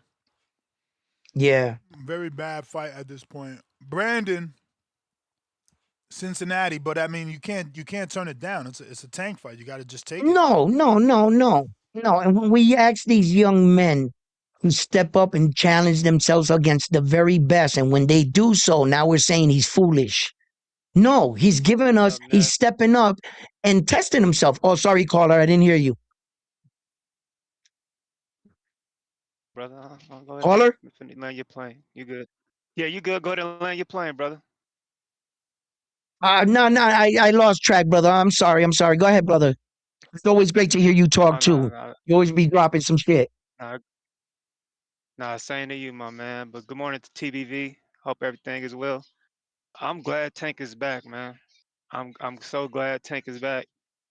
Um, Tank fills a void for what I like to call the hip hop community. You know, that urban portion of the boxing community that he's our Canelo. You know, the urban inner city kids Canelo, to where he's the guy that for gives us the ability to throw the fight party and get the Don Julio and get the 10-piece lemon pepper hot wings. Or if you don't want to throw a fight party, you can go to the bar, you can go to the lounge. Every club in your city is post the flyers about how they're gonna be showing the Tank fight. And he's like the only guy in my ilk that gives us that. No other boxer at the moment really gives us that fight party feel that the club is gonna be popping, throw your best outfit on feel, and you can get your bottles and get the section feel. That's what Tank brings to the sport, and that's the void that's been missing from boxing since he's been gone for guys like me. Because I love Shakur, I love Devin, I love David Benavidez. Those guys are urban as well. Those guys are hip hop as well to an extent, but they don't bring out the crowds that a Tank Davis does when he simply just fights. It ain't got to be against the best fighter. It ain't got to be against a fellow champion. But when you hear that Tank is fighting, the fellas know, hey, we gonna throw a fight party or we going out. The chicks in they group chats, hey, the niggas is gonna be outside. We outside for the Tank fight. And that's the thing he brings to the table. So I'm excited to see Tank back. Floyd Schofield, he's gonna get destroyed. He's not ready for this fight yet. He has talent, but he's not mentally mature enough, or not going to have the ring IQ or mental fortitude to really be successful in this fight. They probably should wait but I don't know. I can't even say probably should because when you get opportunity, you got to take it. In my opinion, I feel like it's different. My opinion. Starting to break up very bad, Shakur. champ. Starting to break up very bad. We haven't been able to hear nothing you Oh shit! said. I can hear. Oh, you're back now. Hold on. I'm back now. Yeah. Can you hear me now? Yeah. Yeah, but I don't know why I broke up. But I think like Floyd Schofield, similar to Frank Martin, Floyd Schofield had to really come to the decision of do I want to sell my O to Shakur or do I want to sell my O to Tank? Like Frank Martin had the opportunity to. And I think Right. they selling they O to the highest bidder and they think that's gonna be Tank. So that shit, that debacle against Shakur with the passport one page getting ripped out. The first it was somebody rubbed some type of cream on my skin. Then it was somebody poisoning my food. I would stop fucking with them Planted two. Them drugs in dudes my became car. weirdos to me. Yeah, all that shit, all that CIA conspiracy, FBI espionage bullshit. I don't fuck with them off of that alone. So that goofy shit like that, just say you were scared. I stopped even believing anything they said at that point. So it's a good fight for Tank. He's been out of the ring for a minute. He's gonna shake off some ring rust, and he's gonna get to fight an African American, which is always cool. I get tired of the green print shit sometimes. So this kid's gonna get the shit beat out of him. His dad annoys the fuck out of me. Everybody wants to be Bill Haney, man. All these excited fathers want to be Bill Haney, but I don't know, man. Outside of Bill, a lot of these boxing dads just get on my fucking nerves. Uh, he ain't Bill Haney. He's weird as fuck. Like I said, Bill Haney never did the shit they did against Shakur. They finally get the opportunity at a Tank Davis payday, which is what I believe they wanted the whole time. You're gonna see niggas with the fresh dreadlocks being retwisted up. He's probably gonna get a fresh set of veneers off his son's hard work. It's just the niggas is clowns, man. The Floyd Senior is a fucking clown.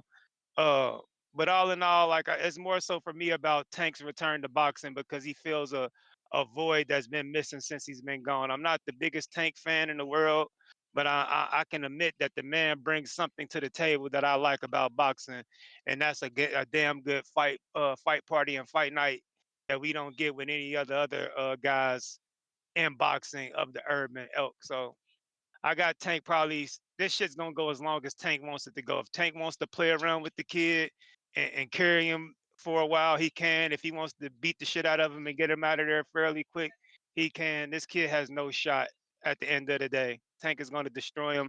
And hopefully this is just a shake off the rust and we get a Lomachenko fighter or something like that after this one. But yeah, man, I'm just glad to be able to say I can get a 10-piece hot lemon pepper and a bottle of Don Julio and get to watch the fight with some yams again, man. Because I ain't been able to do that lately. So shout out to Tank Davis for bringing that to the table.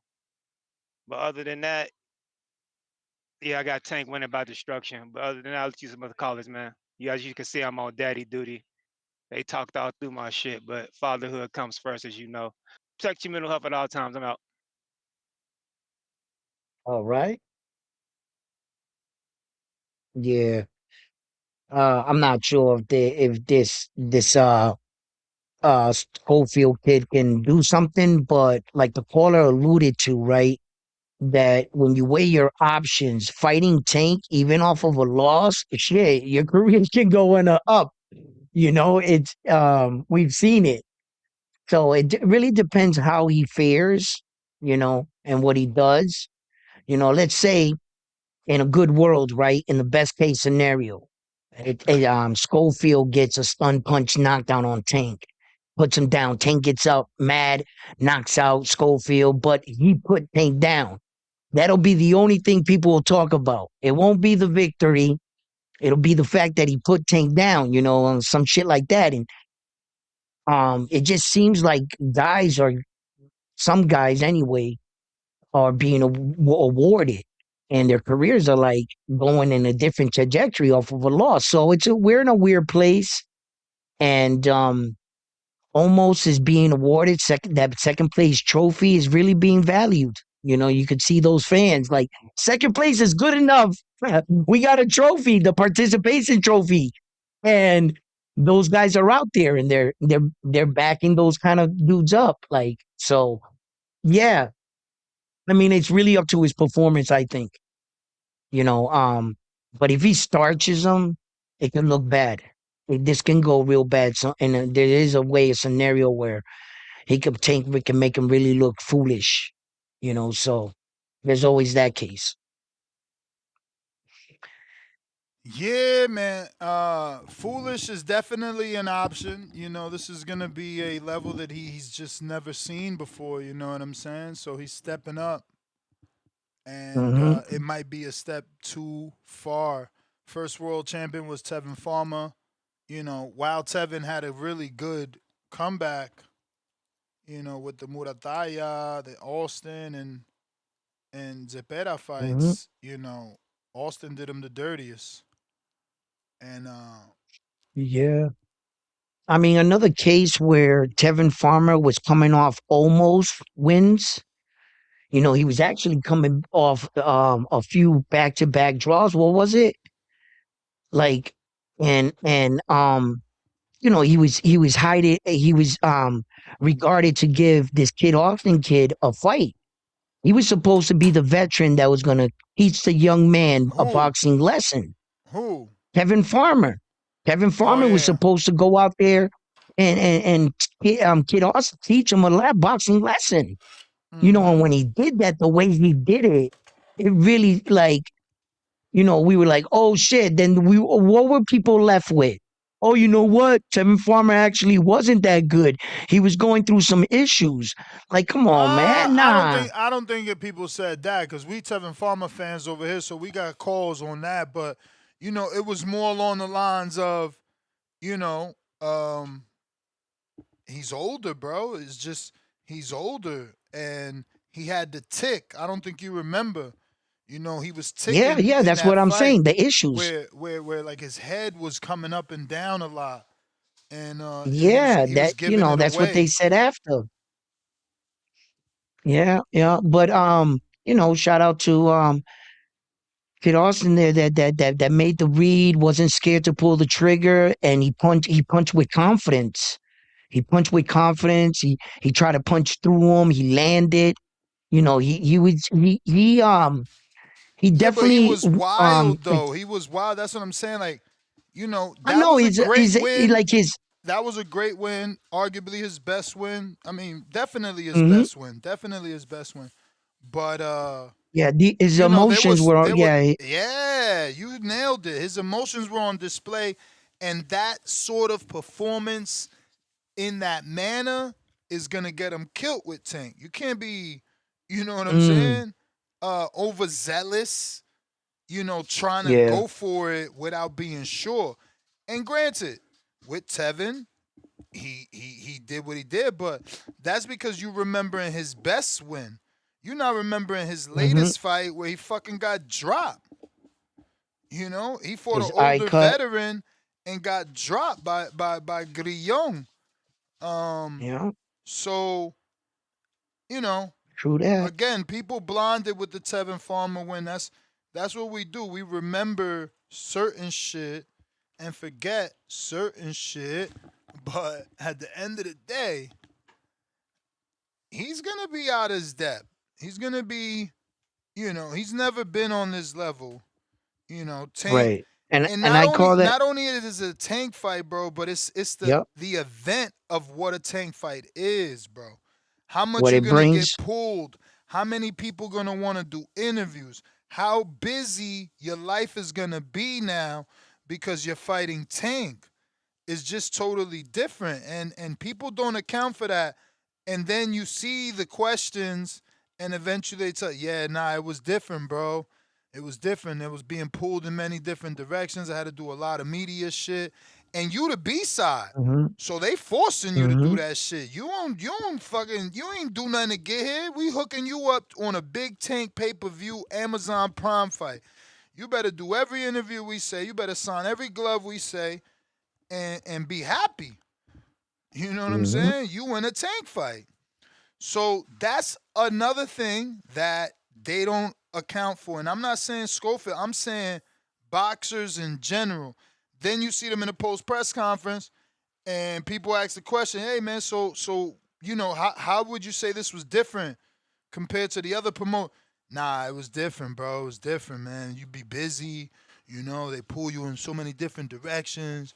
You got to do so many interviews. You on TV. It's a whole new world. So, these guys that think it's gonna be the same.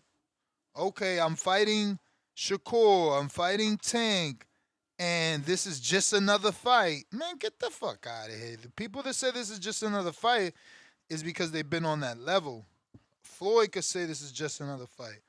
Cotto could say this is just another fight. Legends who've been on the pay-per-view level time and time again, over and over and over, they can say that. But until you've done it multiple times, you can't act like you know what it is to be on a big pay-per-view event, let alone a prime event. And like Brandon said, a tank event where this man is bringing out every celebrity. Bro, I went to the Atlanta fight with Barrios. Homie had Dr. J there, bro. Like, he's got everybody comes out, and it's just a movie. It's this whole different type of an event that you have to go through in order to truly know that you can do what it takes to be on that level. And that's just everything before the fight. That got nothing to do with the actual fight. And that's what I'm saying. Like, these dudes, they just don't know. But, there are people that are made for the moment and rise to the occasion. These phrases was in boxing. So, who knows if Schofield is built like that and could put it down like that. It would be good. Listen, there's nothing better than a fucking upset. And an upset on that level would be tremendous because, Tank will still be Tank. And that's the beauty of upsets. The A side is still going to be an A side. See, Canelo lost to Bivol. He's still Canelo. He still made a legend in Crawford. He's still ducking Benavidez. Like, it's still good when the legend, or when the A side loses, because now you create another player. Floyd wins. Now he's probably going to rematch Tank. So now he's going to get even bigger because now he's got the, upset clout and then all the future promotion for the rematch clout, And cool. He could even fucking lose the rematch just like what's old boy, the big boy, Andy Ruiz did. Lose the rematch to AJ, but guess what? You're still a player. Everyone still wants to fight you now. People want to see you fight now. Your next fight could be on pay-per-view, even though Andy's didn't deserve it, but he did get a pay-per-view. He did get a pay-per-view, so, Right. Hey, yo, Ness, one of your subscribers, Pat Bandero, is saying that there's no sound on Discord. Just Yeah, thought the to let you computer know that. restarted. They hit. They're going to have to Okay. wait. That's just going to take a minute All for it to right. start up. Pat, I saw that. So as a good co-host, I let him know. Yeah, they're going to have to migrate off of Discord. The computer restarted. That's how Apple do, man. Yo, about the situation, man. Yeah, I totally agree. In the moment, it's just going to be a different experience, a lot of distraction. And then, look, man, the other caller hit it right. What's your dad going to be doing in a tank fight on the microphone? Like, can that be distracting too? Like, it's bad enough you're going into a tank fight with all of that. You've never experienced this.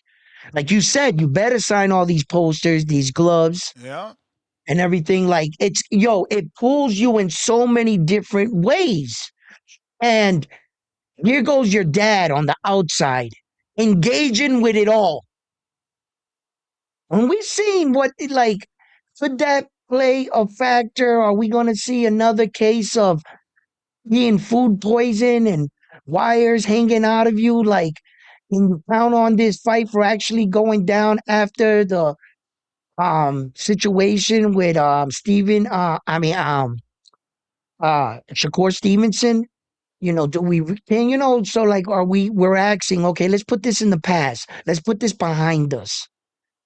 You know, but you know, like, yo, Ness, you touched on something really important. Like, I don't think a lot of these fighters understand the magnitude when it comes to fighting a fighter such as Tank, a Canelo Alvarez, you know, and the kind of media attention you get and the commitment they want you to take and the, you know, and then you got to switch up your schedule. You know, it's just different and fighters have talked about it. So yeah, man, uh, let's see. Let's find out. Let's see if the moment and the bright and the lights are too bright, and the moment's too big. Let's find out. Well, first we got to get the fight. Yeah. Yeah, yes, sir.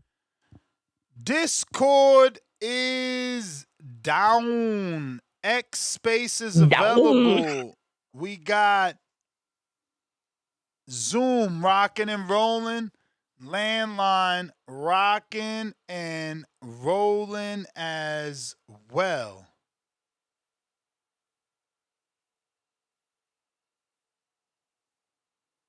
If you're looking to call in, now is the time.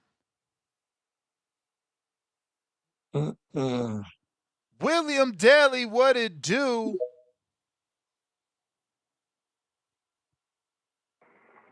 You hear me? I hear ya. Yeah. Is that round one? That is Yes, sir. round Yes, sir. Big Will, what one. up? What's up? Hey, Chilling. the Schofield versus Tank. This should be a good fight. Schofield was talking a lot of trash on Middle City Boxing, talking about Russian fighters beating up on Tank Davis. I don't know if y'all seen that. He's talking about these Russian dudes was beating up Tank Davis in Miami. He was talking a whole bunch of trash. So I think that's going to infuriate Tank to want to knock his damn head off. Cause I think they done got on Tank's bad side, especially the daddy. Hey, I want to talk. I was talking about the Rico versus Usyk fight. That was a horrible stoppage. Horrible stoppage. I don't care what anybody say. That stoppage was terrible. Terrible. Terrible. And what's that dude that's called earlier? What's his name? Vega or whatever? The one that speak all proper and shit. That dude talking about, oh, Rico was getting beat up and all this. No, he wasn't. Rico was winning the damn fight. He was winning. Even Turkey LSC even said it. Turkey LSC said he had Rico up 3 rounds going into the 11th round. He had him up 3 rounds over Usyk. You know what I mean? So what the hell?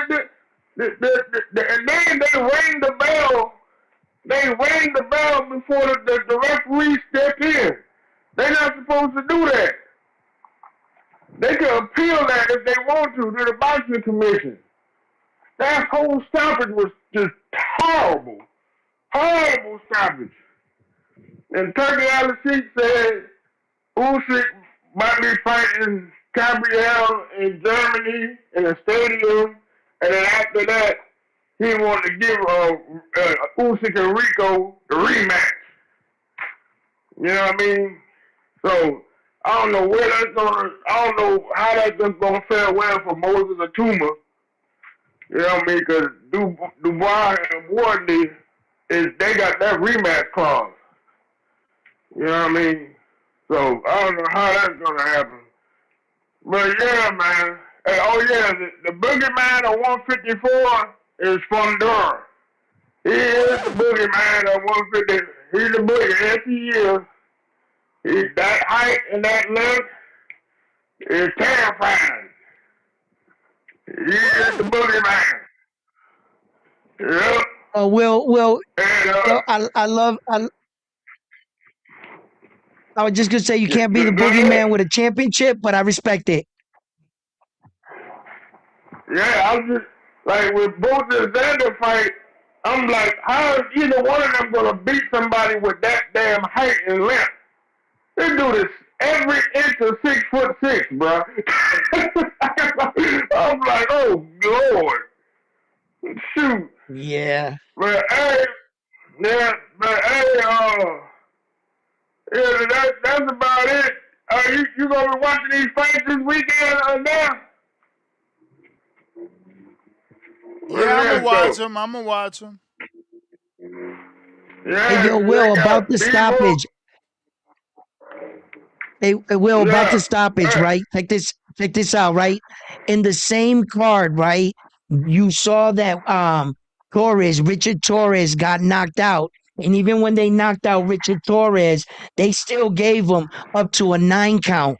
And he fell flat on his face. And the ref was still counting.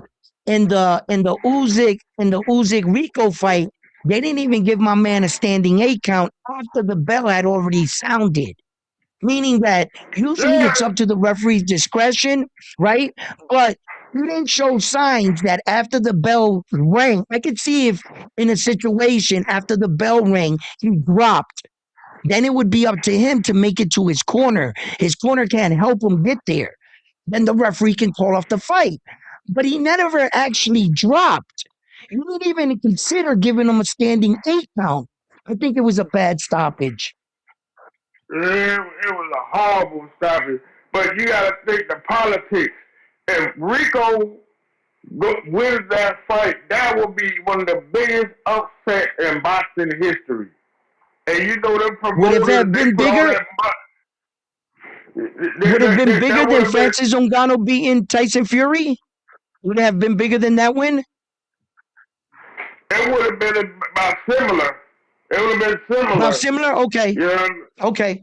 Yeah, Okay. it would have been, you gotta think the promoters put all that money in the Usyk. That was just, boy, that would destroy the promoters. They would be heartbroken if he would have, if he would have lost that fight. But Turkey wasn't biased. He said Rico was winning that fight going into 11th round. He was up 3 rounds. So a guy with a 1-0 record can come in and beat the heavyweight champion of the world. And Turkey, you're investing all this money into Zuffa, the Ring magazine, and you're gonna allow a kickboxer to beat arguably boxing champion? I don't think he wanted that to happen. Yeah, it would have been a huge upset, bro. Huge. He's got too much That's the money invested politics. into boxing. Yeah. Yep, the politics. But hey, that's my call, man. Y'all be easy. All right. You too, William. Have a good day, Will. Discord available. X Space is available. Actually, we about to try and get this Discord back up and running. See, can we get that back going? The landline is available. X available. Zoom available. And Discord hopefully back up and running now. And as far as Richard Torres getting knocked out, man, by Frank Sanchez, I think that Richard Torres, you can see he got better with the help of Bomac. Although that, he didn't get the results he wanted, don't get discouraged. You made a mental lapse. You did something that, you've been doing for a long time. And sometimes these fighters have bad habits they got to break. I know Bomac didn't train him to duck like that into that shot. Great read for Eddie Reynosa. He told Frank Sanchez, throw the shot to the body. He's going to lean right into it. That's exactly what happened. So, both coaches were sharp. They prepared their student well, but Richard Torres got a bad result, but that doesn't mean that he wasn't getting better. I mean, he looked good until he wasn't, type thing. Look, Just stay the course. You know, a loss. Anybody could suffer a loss. Dubois suffered a loss and became world champion not once but twice. So just stay the course. Correct what you got to correct, and on to the next one, Richard Torres. Yeah, man, tough loss, bro. Hopefully he could bounce back. I was rooting for him. I was hoping he got the win. He was the only one calling out a Tama, man. Who else wants to fight a Toma? You know what I'm Right. saying? Well, it's a tricky situation with Otama, isn't it? Who wants to fight him, and then his managers don't want to put him against the best guys Yo, yet. What up, Brambo? what's Hey, good?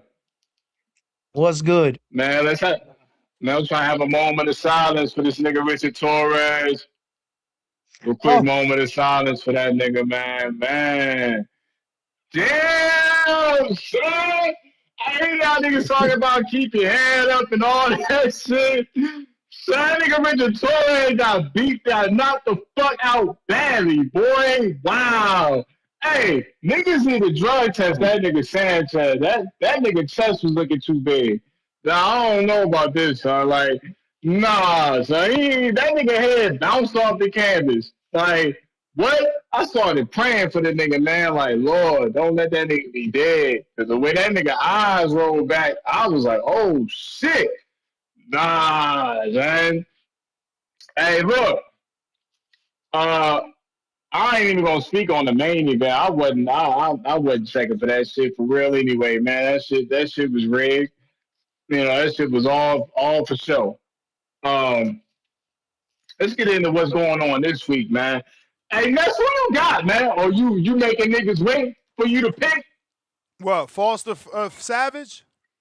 Yeah, this the one. I'm really excited about this one. I gotta wait, but I'm leaning Foster. Yeah, me too. And Shakur better fight him. If Foster win, Shakur better keep his motherfucking word and fight that nigga. I don't want to hear shit about nothing else, about nah, nigga. Like that nigga Foster said, you put your son in the mix, I'm gonna whoop your son ass, and I'm gonna get you next. Honor your words, You don't Shakur. think Honor your. you don't Go think ahead. Shakur will send out Keyshawn? Hey man, listen, I don't want to hear shit about this nigga Keyshawn. I don't want to hear shit about this nigga, man. Why the fuck you want to fight Devin, but then you want to fight Duarte? You want to fight motherfucking Lamont Roach? You ain't moved up to 147 yet. You don't know if you want to move up to 147 yet, but you can't make 140, make it what they do to you. Man, what the fuck, my nigga? Like, dog, you see North and Scope was empty. I told you I wasn't going home for that shit. Nobody gave a fuck about that all bright shit. Nigga, you out here getting slapped around by chorus singers and shit. Niggas in the Baptist choirs and shit. Niggas still caught you with the same right hand you got caught with the first fucking fight, nigga. I don't want to hear shit about Keyshawn until you step up and fight somebody that you say you want to fight, nigga. If you ain't moving up to 147, then stop fucking talking about Devin Haney, man. I don't want to hear that shit. No, ain't no sending no Shakur out. Shakur or sending Keyshawn out. Shakur and Keyshawn need to fucking fight themselves. I'm tired of that fucking fake ass, punk ass, lovey dovey, buddy brother shit. That shit corny as hell. Them niggas ain't no fucking real brothers at all. And Shakur using Keyshawn. I remember a while ago, Nets put somebody called out. He put it on the Instagram. Nigga Cole playing Keyshawn. Like that caller was accurate as hell. That nigga Shakur a snake, man. For real. And Keyshawn need to recognize it and call that nigga out and fight that nigga. That's the big fight. If you ain't fighting Shakur or you ain't fighting Devin, nigga, shut the fuck up, man. Shut the fuck up. And I'm a Keyshawn fan. That's facts. But I'm tired of that shit. Like, nah, man, that shit's starting to get corny now. But anyways, nah. Shakur said, if you want to fight me, you got to go through Ray 4 first. So if you go through Ray 4, Shakur got to fucking fight him. Ain't no singing Keyshawn. Niggas ain't trying to hear that shit. Word. Now, outside of that, hey, Nuts. I'm listening. I know you watched the press conference, my nigga. Which one? That's the only one that matters, nigga. Foster? You heard my nigga. I'm like, hell no. You everybody get him Billy said. Be ready. You What? You talking already about the told Canelo Canelo. one? You already told that nigga Canelo you better be ready. He not Bruh, ready. bruh, you better Alright. chill, bruh. Alright. You know they picked him? That's cool. They just the cherry pick gone wrong, nigga, just like you said. But and Billy ain't going out like the kickboxer. He gonna knock Canelo out. Alright. He's stopping Canelo. Alright, man. You sound loco. Alright. Yeah, I know I sound You loco. sound That's what I tell you. loco, Alright. bro. He gonna stop Canelo, and then we gonna get the rematch with Lester Martinez, and we gonna stop him too. And we taking over. He sound You know loco. what I'm saying? After we stop Canelo and we stop Lester Martinez, we coming for Hamza Shiraz. We want him next. Straight like that. Outside of that, yeah, this fight this weekend, this the one. I'm going with Foster too, but this the one. I'm looking forward to this one. And then it just gets better as the summer goes on. But y'all niggas have a good fucking day, man. I'm gonna tap back in and listen up. Alright. Appreciate the Alright. call. All right. Malcolm. Malcolm. Yo, Mr. Gibbs, good morning. You. Round one, my dog, how you doing? Salute. Good. Hey, I ain't like that Fundora talk you was having round one. I ain't like it, man. You crowning that man, bro. You crowning that man too early. And I think I'm that's the crowning him the problem with biggest threat, not the biggest winner. It doesn't spell victory. It's like, I'm not stamping him that he beats everybody, but I'm acknowledging that he is the biggest threat. Yes. he's a bigger threat than Jerron Ennis. Jerome Ennis would have to adjust his game to fight him, right? He wouldn't adjust his game to fight Jerome Boots Ennis. He brings too much attributes. He has an 80-inch arm reach. He has a wingspan of 7 feet tall, and he's 6'6". He doesn't have to be skillful when you have that much attributes. Still got slept. Damn. I know he All got of them slept, but that doesn't attributes. mean, that doesn't mean just because Brandon Mendoza did it that anybody else can do it.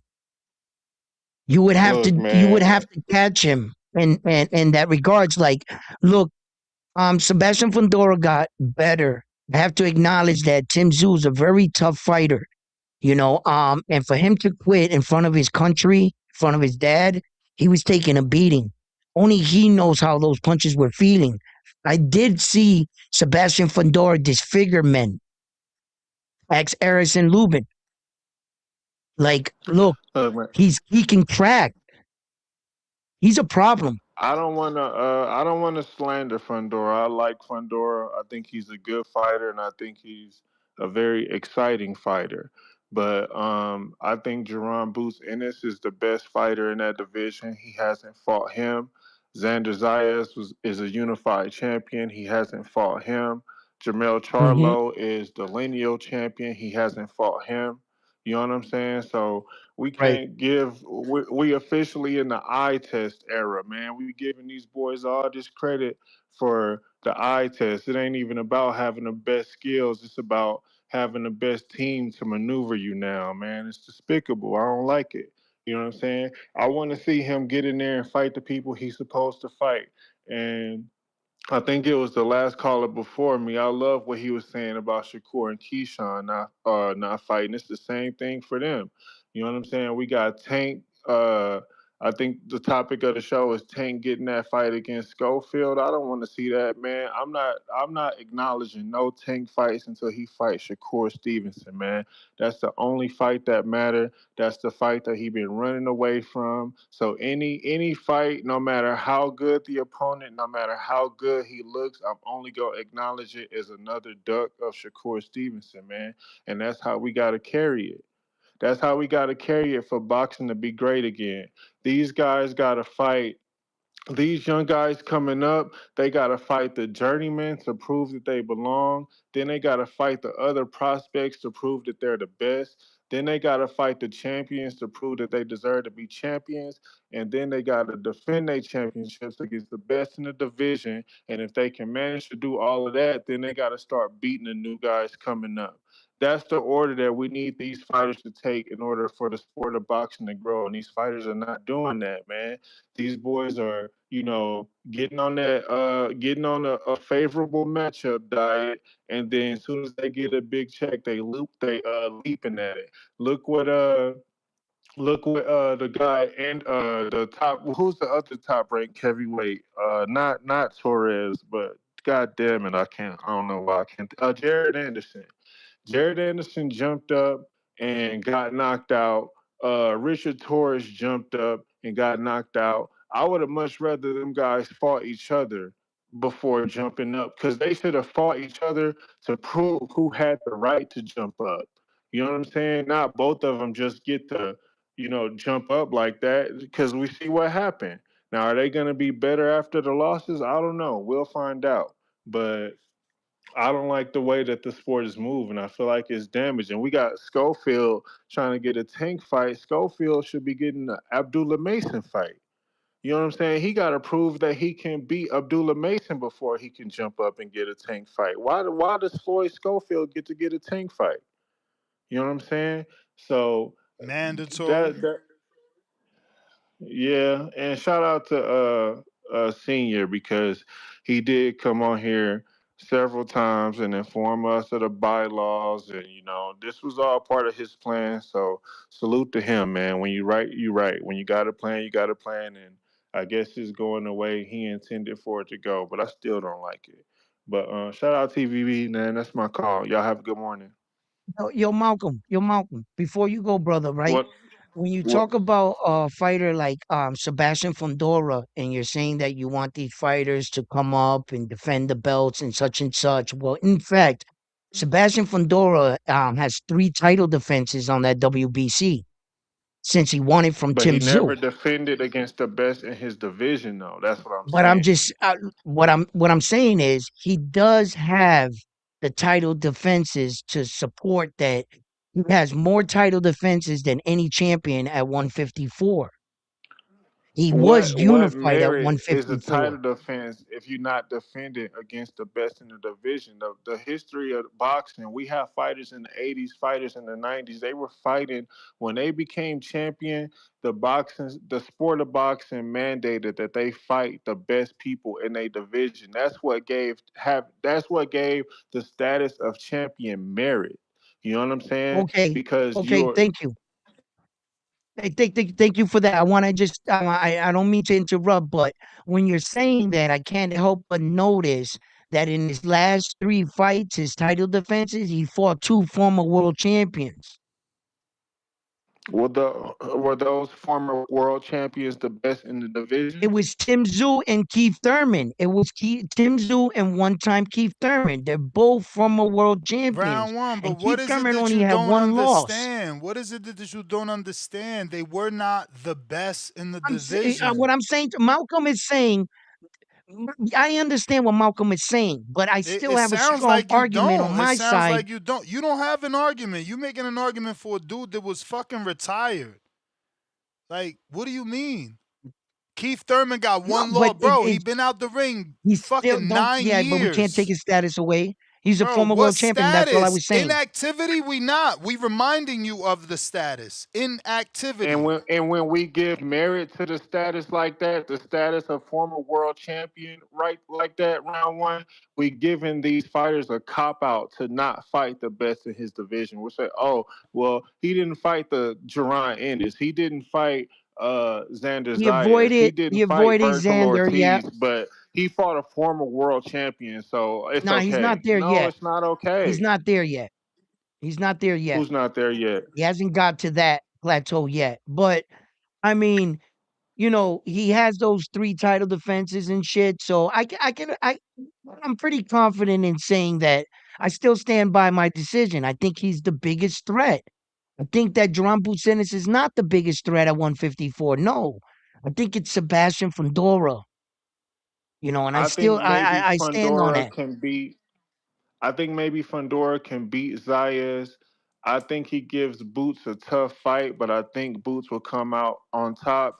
And I think stylistically, Okay, Virgil Ortiz I is the respect your worst matchup opinion. for Fundora. I think Ortiz I respect destroys it. Fundora. But I'm gonna I get up out respect of it, here, brother. man. Shout out All TBV. right, have a That's my great day, call. Y'all brother. have a great morning. Yep. Mm-hmm. Round one, you funny as hell. You be arguing Nah, shit I you know what don't I'm even saying? Just get. to keep boxing conversation. I mean, we all got difference of opinion, and I'm just having a boxing talk, man. Let's, you know, I everybody hear can, you. I hear you. so. But I really think that Sebastian's a problem, dude. Like, really, I Yeah, really he's a do. I really problem, but you believe could that. you could say he's a problem without, caring about his resume or embellishing Well, his that was resume. just between me and Malcolm. That was me. I'm trying to see, what I'm What you saying, if mean I could get between one you up and on Malcolm? Malcolm, You live and on you the tag show. teaming me. You came in and tag This team, you know what crazy I'm guy. saying? And you hit me with a foul, on top of that. This guy is nuts. So, last call for them Yeah. callers. Last call for them callers. If you're looking to call in, now is the time. Discord available. X Spaces also available. We got the Zoom line Ooh. rocking and rolling as well for those that want to call in. Want to debate with round one and his crazy take? Feel Hey, yo, free. but at least we talking boxing, you know what I'm saying? And we having a wonderful time doing it. We don't all have to think the same. This is the boxing voice, right? Am I right? Am I at the right place? Am I at the right place? Is you Okay. at the So, right place? you know, let's talk boxing. Let's keep it interesting. Let's give the fans a show. You know, Word. some of Tip these people will want to hear it. Let's go. Oh shit, Bayless. Tip. Yeah, we got Tip is back. Tip is back. Tip, what's up, baby? Back Come on, Tip. again. Tip is Bring that back. fire, Tip. Come on, baby. Where you at, Tip? He got to tighten up Yo, his do rag. What up, Tip? Yo.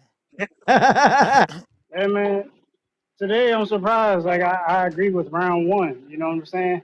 Fundora Holy definitely shit. is the biggest threat at 154 pounds. I mean, logically speaking, bro. I mean, I don't think if you fighting a anybody's guy like, debating that. I think we was debating the fact that he's trying to excuse him for not fighting the best in the division. You I could mean, think what Well, do you you could mean, think you bro? could think he's the best, but he didn't fight the best. I mean, we're who's not the saying best he's the in the best. We're division? saying Because he's problem. I, I You're I don't tweaking think it. I don't think Xander I don't think Xander had a case for being the best at 154 when we talking about Devin Haney moving up, fighting him, and then you got the majority of the people siding with the smaller guy moving up, beating that guy. Like Yeah, I I don't think. mean, what people side with and what is reality is still two different things. So it really doesn't matter who's siding with what. What matters is the outcome because a bunch of people are picking doesn't mean anything because we've seen that proven in I boxing think it's matches telling. over and over. It's telling. It's I telling. mean, It's telling, man. all it's telling you is that there's a favorite and that the other person is not the favorite. But it's a reason he's the favorite. Like people know what they see. You know what I'm Yeah, saying? expectations are also always, meant to be either accomplished or you fall short. Um, Tank is but yeah, I expected like. to beat Schofield. It don't mean he can't lose. That's I not how mean, things go. but I'm gonna get to that in a second. But I mean, as far as Boots and Pandora goes, I mean, listen, bro. I think a fighter would rather be in there with Boots in us. You know what I'm saying? With the potential of getting knocked out, rather than being in there with Fundora and taking a 12-round beating or a beating for however long that the fight lasts. Like, you talking about a guy who's just an accumulative puncher versus a guy who's a one-punch knockout type of puncher. Like no one wants to sit in that ring and take that beating from Dora, bro.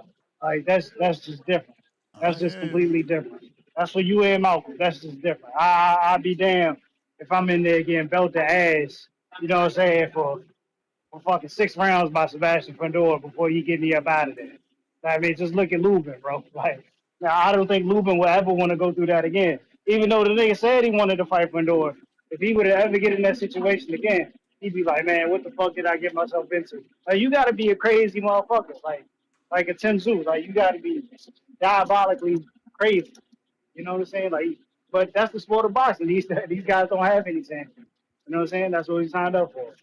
But yeah, man, the face is back, man. The face is back. You know what I'm saying? So you The think he's face is taking it back. based off that DM? You think he's taking it? I mean, why not, man? You know, we need a tune up. You know what I'm saying? Something nice, something sweet. You know, uh, it comes with a little bit of risk. You know what I'm saying? Like Schofield is a young guy. You know what I'm saying? Strong, athletic. He got a little bit of pop too. I think that's the only thing Tank would have to worry about being in a fight like this. You know what I'm saying? Is not letting this young guy catch you. You know what I'm saying? Because he's not experienced enough for this fight. Like he like Schofield is not ready for this fight. You know what I'm saying? It's gonna last as long as it does, and I think he'll put up a bit of a competitive fight. Um, but the levels are going to show. The levels are definitely going to show. And I think this is a good fight for Schofield. You know what I'm saying? Win, lose, draw. You know, they missed out on their opportunity versus Shakur. So I think this is perfect for the Schofields. I mean, you either take this or you sit around and you wait longer until you feel like you can get a belt on your waist. You know what I'm saying? Like they did with Keyshawn. So it's whichever way Golden Boy or the Schofields want to play it, man. So, I like the fight. It's a cool fight. You know what I'm saying? It's going to get the people up out of their seats. I think we know what we're going to get, you know what I'm saying, as far as our dollars worth. So I'm cool with it. I'm cool with it. Definitely cool with it. Um, and then Shock and Ray Ford this weekend, man. Hopefully, man, Oshaki Foster can defy the odds this weekend. Y'all know in boxing we never get the fights we want because there's always a roadblock being put in between. And that's exactly what's going on right now. Malcolm called in. He said, man, I don't want to hear nothing about Tank until he fights Shakur. You know what I'm saying? Because he doing all this ducking. Well, we can say the same about Shakur and Oshaki Foster. Because here it is. Shakur assembled. He like, for every fighter he got to face, the nigga assembled the Avengers. You know what I'm saying? Like, Shot got to fight motherfucking Dr. Doom. You know what I'm saying? Then probably next week, the nigga got to fight the motherfucking Four Horsemen, Ric Flair and them. You know what I'm saying? Like all types of shit. Like it's just nasty out here in these boxing streets. But hopefully, man, Shot can defy the odds this weekend, beat Ray Ford, and we get an exciting bout because that's what we've been waiting on. Or you know what I'm saying? Or potentially we get Shot versus Lamont Roach, because they done had a feud as well, man. So I'd be satisfied with either one, man. It just puts a tougher position on Shakur to do something. I know a lot of people looking at these other fighters around the division, but y'all gotta understand, Shakur is the dude y'all been pushing as this face of boxing. You know what I'm saying? Because y'all criticize Tank so much, and he ain't been stepping up to the plate. Respectfully, like you got to remember, Tiafimo was the one who reached out to him. You know what I'm saying? Like, that's what happened. Tiafimo jumped out there and said, yo, I want to fight Shakur. Let's make the fight happen. You know what I'm saying? Shakur just accepted it. Now the ball is in Shakur court. Like, who is he going to fight? You know what I'm saying? Tio did what a champion was supposed to do. He called out the best fighter in the division. He said, hey, let's go. What is Shakur Stevenson doing? All he doing is sitting around saying, yo, he's a great fighter, and ain't shit happening. You know what I'm saying? So what's next for this guy? What's next for this guy? No network. You know what I'm saying? Ain't signed to a promoter. What is next for this guy? That is the real question we need to be asking right now. You know what I'm saying? Because as far as I'm concerned, 40 is on a hold up. 40 is on a hold up. And I don't want to hear anybody say, well, your boy Gary Antoine only fights once a year. We just fought our mandatory. Calm down. We just fought our mandatory. Respectfully. Yeah, man. We need some action, man, between with Shakur Stevenson, bro. Buddy got to do something. Between him and Keyshawn is nasty. These dudes keep talking about they want to fight at 30, 35. You know what I'm saying? They'll fight a nigga at 47, but they really not gonna go up to 47. It's nasty with these dudes, man. It's the same. It's the same game playing with all these dudes over at the Avengers. This is crazy, man. This is crazy. This is war games right now going on in boxing. I'm disgusted with these guys. Yeah, I mean, I think my odds gonna move later on this week between Shock and Raymond Ford. Right now, Shock is a minus 150. Ford is a plus 120. I think those odds are closed in just a bit. Um, they probably level out to like a 50-50. But yeah, that's all I got right now, man. That's all I got right now. Ain't too much going on in the sport. Where's Two Tone the superstar, man? Cause it's getting like I swear each week it's getting more and more nasty. Like your girl was just out here. What was she using like Italy or France with motherfucking Anthony Joshua, man? You know what I'm saying? Like this shit is getting nasty, Tone. It's getting nasty. Like the boy Tip, the down last bad, thing I heard man. of Really? She got flued out? Yeah, I think she got flued out, bro. Oh, that's good for her though, man. That's a power couple move right there. Shit. That's crazy, You don't man. think? What you mean? That's perfect for her. Gotta learn Hey, to be man. happy for people, man. Hey, you right, man. But you know, it's just I gotta be They sad for my they boy went Tone, man. viral. They went viral when they got them pictures taken. They about to go viral again. They about to go viral again. You know what I'm saying? TMZ about to pick all that shit up. They about to be on the E channel next week. You know what I'm saying? Like, this shit wild. This shit Hmm. what wild. what uh Well, what let me get Two to these Tone other gotta worry callers, about. player. All Hey right. yo, Tip, what Tip Two Go Tone gotta ahead. worry about is Brian Norman Sr. Yeah, he hit it with him. Yo, they posted some other dude. I mean, damn, my screen share ain't even working today, bro. I probably need to do a restart. I can't even share it, man. They posted some other dude shooting his shot at Alicia, yo, and they ain't even post two tone. I'm like, damn, that's crazy, yo. Let me see if it's gonna show. And that said, stop hating. Nah, You should why be is this happy going? for the Yo, man. that's crazy, yo. My shit ain't It won't working. show it. It Nah, I won't probably work. gotta No. do a restart or something. Marathon Angel. Last call for them callers. If you're trying to call in, you know Get these what to calls in. do. Hit that like button too. All right, man. I agree with Tip. Shakur over here sidestepping, not fighting nobody, having everyone else fucking fight his battles or kind of like a stepping stone or something. I don't know if he needs the extra help after his buddies lose and be like, hey, tell me everything about him. What you see? What did he do? Did he have power? You know, I don't know, something like that. But Ness, I want to give you. You said Zufa ain't bringing back people that lost, right? Isn't that guy Kane fighting against I, Brandon I, Lee? I said outside of Kane, and it's two of them that we were able to come up with. All right. I probably didn't hear it then that day because I think that was before Brandon Lee was announced to fight that guy.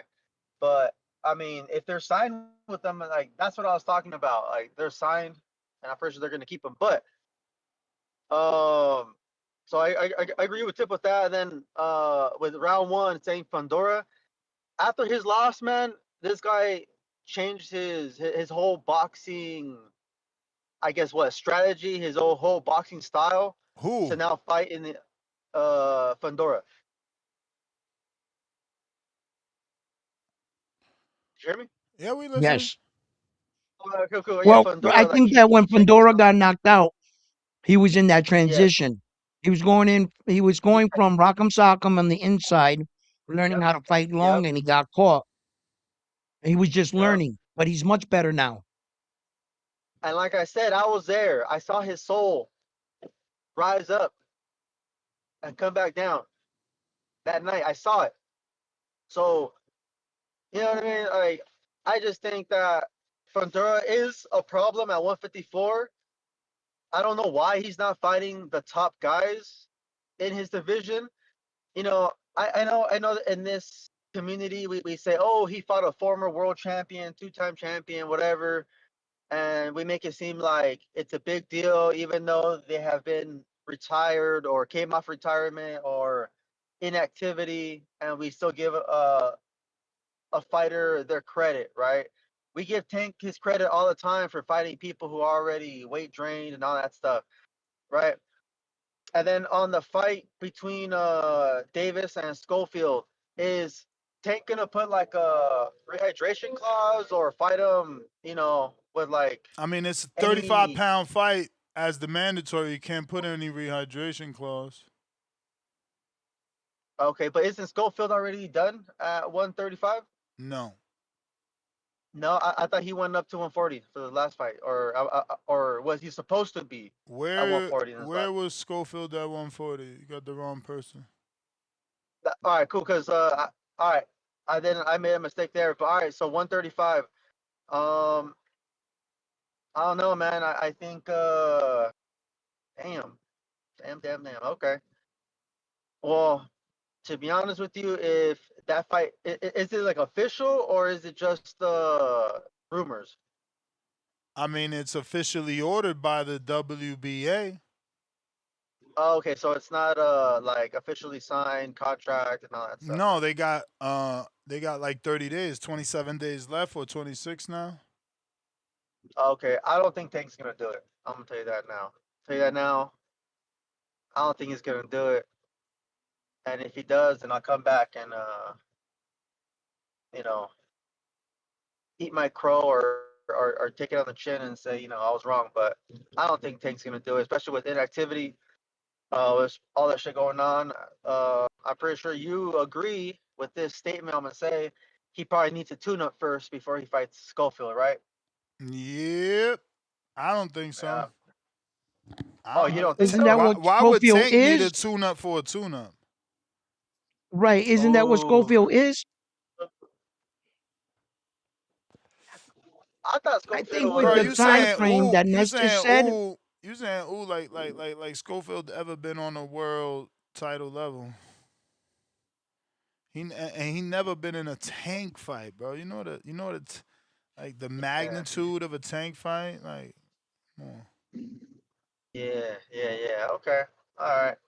now that All Ness right. Sounds said good to that me. thing about the negotiation, the 30 days, it makes sense for him to take the fight, Ness. Just take it. Take the fight and use him as that coming back fight then and start a nice, take a young Lions undefeated record. I'm starting to think the fight actually might it makes sense. Use him and then negotiate your contract with the Loma fight after a big stoppage on an undefeated fighter. I Might have make sense. a I didn't get to hear the show yesterday in the morning, but what you guys think of the Usyk Rico fight? I didn't see that It you wa- were it was alive. it was fun. It was fun. It was definitely different. Yeah. All right. Cause Rico's funny because he even posted it himself. He posted the fucking Jim first Carrey boxing saying the style I use for Usyk. So at least he knew he No, he was didn't looking. do that. Hell yeah, at least he Yo, knew he I was swear to looking God crazy. on my live, I got receipts. I said, you ever see Jim, that movie with Jim Carrey and Rhode Island State Troopers where he goes into his character and he starts going like that? I said, that's how Rico reminded me. That's funny. That's funny that he did that. Wow. I just think Look, busted go ahead. a Fury versus Nagano came in not in shape, not serious, but No. I think Rico gave him maybe just like a little confusion with all the feints and arm movements and maybe like the weird style. I'm pretty sure Usyk's used to just like traditional boxing styles and stuff like that. Correct. Uh, like you see in the gym consistently, right? And definitely Rico did definitely look a little awkward and it's always hard to spar and fight awkward like fighters and styles. But I mean, I thought Rico was gonna win. I mean, I kind of agreed with Mike Competer's card. Um, but I thought the stoppage was some bullshit, to be honest. I heard the bell ring before he stepped in, so I don't know. I don't know, man. I thought that was some weird stuff. I'm surprised we're not blaming Turkey Al Sheik for the early stoppage and his Oh, they're blaming supposedly, him. they're blaming him. Oh yeah. Damn. Yeah, a lot of fans are speaking up about that. Yeah, that's I one mean, they're thing not that's really. really. I mean, they're not really blaming him. They They're blaming not. Yeah, yeah. It's the not like, ref. The but ref. Okay, yeah, because I remember and you guys then were to your blaming point, for the Shiraz versus that Dominican guy. I forgot his name right now. The horse or something like that, whatever his name is, El Caballo. Caballo Blanco Caballo. Bronco, right? Caballo Bronco. Carlos Adames. Caballo Damas. Yeah, I know everyone's blaming him for tweaking the cars or something like that when Shiraz was losing. But go ahead, round one. My bad, bro. I didn't mean to interrupt you.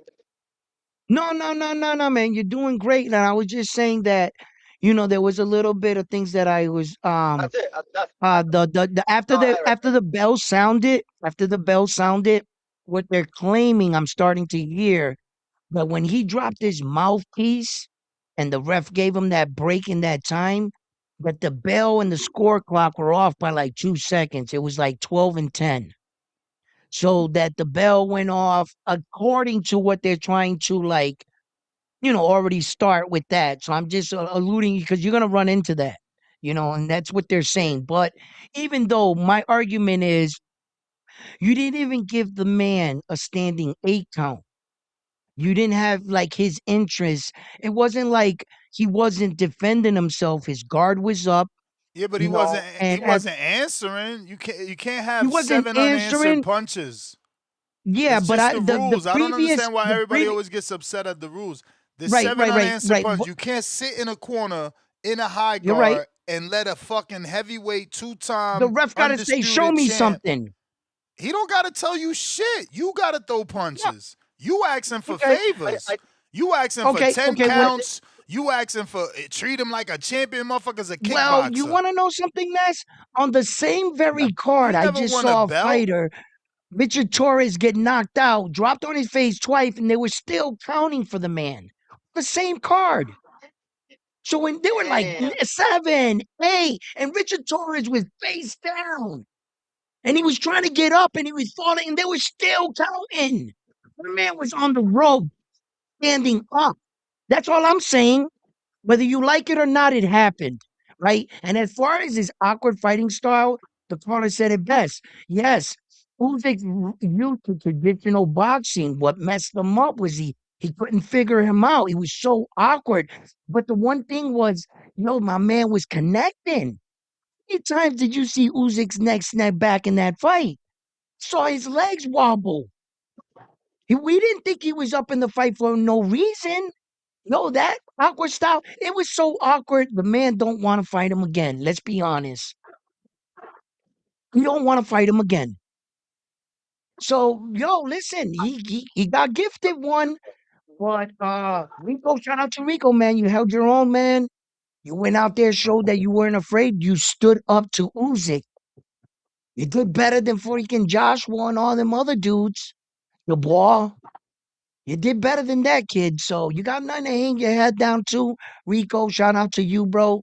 I think you might have not won the fight, but you won the night. I'll give you that. Would you guys see it again? A rematch? I'm not I don't sure. want the Maybe. rematch. I don't want the rematch. All It's right. gonna Make be sure you it's guys gonna run your be it's gonna be just like this one if they do it, which means I will watch it because that's what I am as a boxing fan, but that's not what I want. Boom boom. What up?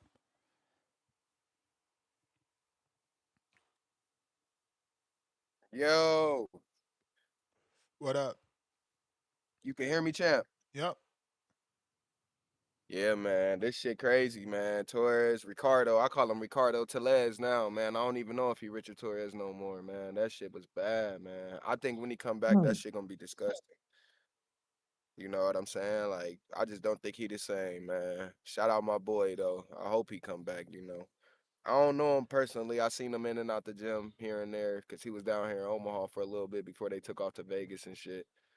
And you know, that shit just crazy.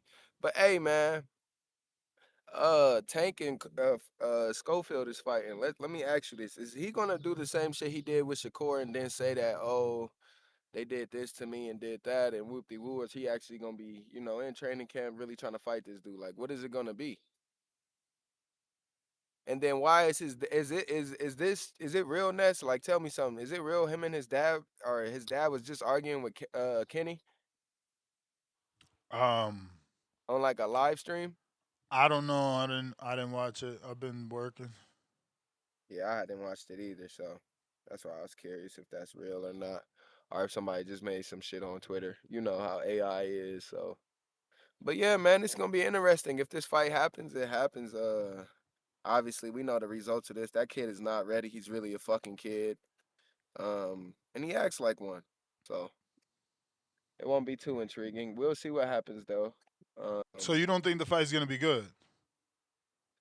Honestly, I just think that Tank's gonna just tear him up, bro. I just don't think that Schofield, that little shit that he be doing, like that little how he be moving and shit, like that shit only gonna work so far against certain guys. Like, he's fighting an elite level competition now, so I don't know. It's gonna be good on Tank's behalf, but we're gonna see first we gotta even get to fight week. Like first we gotta get through camp. Like we gotta make sure no bullshit gonna happen because he get in big fights and he do goofy shit. So we gonna see, man. Let's just hope he gets through camp and then fight week is there. You know what I mean? Let's hope he weighs in. You know what I mean? Let's just hope that we get through all that first. For real, for real. Before I even put it out there that it's gonna be a bad fight, this, that, and the third. Let's just hope this kid gets through camp for real, man. And Right. yeah, man. And other than that, man, it'll be interesting to see who's gonna be on that undercard. I think since PBC is involved, they probably gonna bring some of them guys back. You think Charlo will be on the undercard or something, or at least a co-main? Doubt it. Like, you think? Oh, okay. Them Charlos just Neither one. ain't been in the ring, bro. I don't know. That's crazy, bro. You would figure they'd put them in the ring. Y'all loved them. Y'all loved Hey, them. you don't say Motherfucker, y'all, cause that's nah, you nasty. ain't you part of it. You call in about them just like other people, and it's okay. There's nothing I'm not wrong with part of that, nothing. I'm not part of nothing, Ness. What are you talking about? bro. You literally just asked about Charlo being on the undercard. What you mean? Because you see the bullshit that they've been posting about him, right? How he's training, how he's doing this, how he's doing that. You know what I'm saying? So that's why I'm asking that question. I'm not saying that because I want to see Charlo fight. I don't give no fuck about no Charlo. You know that. Yeah. But yeah, man, we gonna see what happens, man. We gonna see what happens. The Yo, card so is this Colo, card is what up? What up? hey, Colo, I want to ask you a question. Think Davis's inactivity and what he's been posting on social media of late, that doesn't concern you with the younger fighter at all? You think that after 14 months already, it's 14 months now. We haven't got a His confirmed date. It's gonna be more time than that. Right, but his layoff, and the shit that he doing, like, here, let me back up, let me backtrack. His layoff, first off, I wouldn't say it's that bad, but it's bad. You know what I mean? But I wouldn't say it's that bad because it's other fighters who take years off and then come back, or it's other fighters who take a year off and then they come back. You know what I mean? So it's not that bad, but it's bad. And then like the shit that he doing outside of boxing, like that don't concern me. I'm not really paying attention to that. You know what I mean? Like, not trying to be like rude or nothing, but I don't pay attention to when boxers are doing the drinking or if they partying or if that's what they do, that's what they do. You know what I mean? I'm worried about seeing them in the ring only. So that outside stuff, I'm not his coach, I'm not his manager, I'm not his, I'm just a fan watching boxing. So I really can't be concerned about what he doing, I see. you know. Yeah, so but I don't know, man. You think what do you think that Schofield can do different to make this a good fight? Like I don't know what I'm supposed to be what I'm gonna see or what I'm gonna expect out of Schofield Well, that's gonna make it, you know? the one thing you're gonna see the confidence of an undefeated fighter. James gonna have to shock him. I think it could be early. It could be like Ness said. It's really up to Tank. I feel when he wants to be done with the young man and how he wants to do it. Uh, So Tank. so You know he could. what you saying, what you just said, you said that Tank's it's up to Tank how he want to finish it and how he want to do it. How does that sound like a good fight to you if Tank can end it or start it, you Okay. know what I mean, whenever he wants? Okay, because there's always the possibility of the unknown. I did say that he's an undefeated fighter with confidence. He is going to Okay. punch with Tank. He's going to try his luck. I'm not so sure how that would come out. Like Tank had taken punches to get his off. I remember Tank had a knot on his head. I think it was in the Rolly fight. Okay, Tank's been tagged up before. He's had to get into the pocket. Now the only way I can tell you about that is when on the night of the fight. How does Tank take his power? What if it shocks him? Right. What if he actually punches stronger than the Lamont? What if Tank gets in trouble and the young man jumps on him? I mean, this can go a lot of ways, but skill wise, we know that the kid is in over his head. This is boxing, shit can happen. But I Yeah, think but none of that. overall, Tank's too good. He's just going to beat him. But it makes it interesting because why? He's going to beat a fighter that's undefeated. You can't take that away. And also, when we say to these fighters, if you call me out and I turn around and I acknowledge you, when I whoop your ass, don't say anything. Remember, you asked to fight me.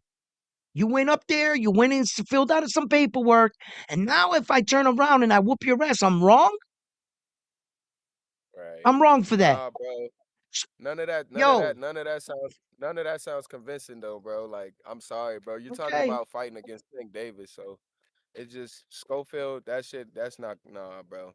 Nah, bro. He could do all that little fake Instagram training shit that he be doing, but that shit not gonna convince nobody against Tank okay, Davis. Like, you gotta get in the how ring about with him. if right. How about if maybe this is a possibility. Tank to you is too good of a fighter. It's gonna be hard to have a measuring stick. Maybe lower your standard just a little bit to enjoy a decent fight, I say. No, I get Because what I you don't saying. think I get what you saying. My and I'm standard, I saying don't have he's no not on his standard. level. He's not on his It's level, not. but if this is what's gonna happen, what's the other option? It's Vacate not the belt about. and fight Loma. But it's not about lowering no standard or having it at no standard. It's just about okay, you got Kid Schofield fighting Tank Davis. And what we seeing is what we know. We know what Tank is. You know what I'm saying? So it's like, come on, what is Kid Schofield gonna do? Like we've seen this dude Okay. hurt on many occasions. Right. So it's Okay, like, but come on, brother, bro. I'm asking you to acknowledge the situation. He's being mandatory. It's not like Yeah, Tank but got an we also option. seen Tank just get dropped, take a knee. We see him out of the ring now Yeah. for 15 months, 14 months. So by the time this fight actually gets announced, how much time is he Right. going to Add have four off? more. Then you Right. got Schofield, the younger fighter. I mean, it could be argued. There's a world that'll believe that, Schofield could be getting Tank at the right time. Yeah, I mean, Yeah, Not and if only I mean, is I it understand. inactivity, but he had the issues with the Jake Paul fight where that fight fell apart after so Yeah, much promotion. So that bag, it's you know, wasn't there. He had to deal with all that. He had to deal with the out of ring personal shit with the girl in yeah. Miami. So, is Tank the I don't same? know. You just acting like none of that stuff happened and he could just come out and knock heads loose every time at bat. Nah, it's not really that he could just knock heads loose. It's just, I mean, you got a point about him being unfocused and all of that, but I just, man, I don't know, man. That dude is a really, really good fighter, whether people want to argue it or not. I get the outside antics and this, that, and the third, but we've seen that dude, and I mean, a lot of us know. Maybe people will say he's glazed and I'm glazing and this, that, and the third, but bro. I'm just being real about the situation. Kid Schofield is not convincing enough. You know what I mean? Maybe if you talk about Devin Haney or Shakur, then we could say something being convincing. But I mean, right time thing and all that shit, that's got to die down too. You know, because fighters ain't catching fighters at the right time. What type of narrative is that? Like, that's nasty, bro. You know, but hey, I'm gonna get out the way. I'm gonna let you get to some of these other callers, man, because I Right. got some shit I gotta handle today anyway. So shout All out to right. Ness, shout out to one, shout out to Boxing Voice. Great debate, by the way. I like it. I like it. And man, let's Thank keep it you. going, man. This is nice. So Yeah. yeah, man, that's what I got for you, Ness. All right, Mike, All right. Omaha. Boxing boys. Oh shit, Mr. Terrence Crawford himself. What up, bro? What's good What with the up, squad? my boy? TTP, we back in this motherfucker. Everything been good. Man, Yeah. talking about Floyd. Hey, I'm gonna keep it 100 with y'all. I'm gonna tell y'all to play. We done seen this shit already. Tank Davis ain't fighting them niggas, man. We do need to get these fruitcake ass motherfuckers out of boxing though. But they can't fight them though. You know that. They gonna come back a couple weeks. They gonna have an excuse why they didn't fight. They probably gonna fight for the title, but they're not gonna fight against Tank. And that's all they fucking want anyway. They just want a fucking payday. You can just see it. That's all they fucking want is a payday. I'm tired of these motherfuckers. They do more interviews than any fucking fighter I fucking know. That's all they do is fucking interviews. And then they pump up this fucking Tevin Farmer fight. Tevin Farmer was trash, bro. He was fucking trash. Get that shit out of here. And they throw his name up every time. Oh, yeah, Tevin Farmer. He was a two-time. Get that shit out of here. Oh, gay ass nigga, man, and his son starting to really. The fucking fruit don't fall too far from the fucking tree, man. I be watching interviews. His son is really taking up after this nigga, bro. He kind of feminine, man. He feminine. We don't need that shit in fucking boxing. And I would never. I couldn't. I would. I can't. I gotta say it now because I would never want to cheer for Tank. But this is one fight that I'm cheering for fucking Tank, and I want him to knock the fucking sugar out that motherfucking Tank, man. Get these motherfuckers out of boxing. A fucking sap. I'm tired of these niggas. And no, he do. Well, Bill Haney, you get much respect, but Schofield, his dad, that is not no fucking world class fucking trainer. Hell to the no. Get the fuck out of here, man. I don't give a fuck what he do. I don't care if he make him a champion. He's still not gonna be a world class champ to me. I mean, a world class trainer to me. Fuck no. Hell no. I forgot who said it. Was it Brandon Maurice or Cliff? One of them. Man, them motherfuckers annoy me too, bro. I'm tired of these motherfuckers. And that's you. The smartest thing you ever did was stop bringing them motherfuckers over here, bro. Thank you, thank you, thank you. You did a great job, man. Man, I cannot. I just anytime I see Mills TV, I already know there's an interview with these two motherfuckers, bro. And I'm not going. I gotta give the Cove. I've been stuttering. I'm gonna give him a little credit. Cause I did see the interview on Last Stand with Brian Custer. He let that motherfucker do a whole interview by himself, and I didn't see his dad not one time. I gotta commend him on that. He let his fucking son finally do an interview without him over his fucking shoulder. I give him that. But fuck, man, I just don't like neither one of these motherfuckers, man. I really don't. I just don't fuck with none of them. Oh, Ness, I need my crow, man. My boy, was there Torres? He got beat up, man. Torres got beat up. I didn't see that coming. I didn't expect that. Fuck. Fuck. It's all good though. But that I did see. My boy Turkey had the big dogs out in the motherfucker at the motherfucking pyramids though. You know what I'm saying? Face some boxing shit. Y'all know what the fuck going on. Face some boxing shit. Another thing, I want to give a shout out. Niggas ain't been, hey, I don't know. They can talk all they want about them, but shout out to Dina Gray and Adrian Browder, man. Them motherfuckers is doing their fucking thing, man. Them niggas is touching every fucking streamer you can think about right now. They fucking pinging. Them motherfuckers done with the Sexy Red. They went to fucking the Shay Frost. They on fucking Takashi 69. Fucking DDG. Them motherfuckers doing a little everything with fucking Sauce Walker. They about to do another one with 6ix9ine in a couple of days. Shout out to Dina Gray and Adrian fucking Bronner for doing their fucking thing, man. And fucking Adrian Bronner making the fucking way. You know what I'm saying? When you favorite, they can't beat you, AB. You know what I'm saying? I like when niggas beat the underdogs come on top. You know what I'm saying? Shout out to the fucking squad though. Oh yes, sir. Yes, sir. It is fight fucking week, y'all. It is fight week. Fight week. Yes, sir. This gonna be a great fucking fight, y'all. This is gonna be a great fucking fight, y'all. Y'all get excited for all the other ones. This is the one y'all need to get excited for right here. We got Rainford and we got fucking Oshaki fucking Foster. And I like Oshaki, but I'm gonna give it 100. Both of them. I'm giving both of these two motherfuckers credit right now. They both in tip top fucking shape. I seen both of these motherfuckers in great fucking shape.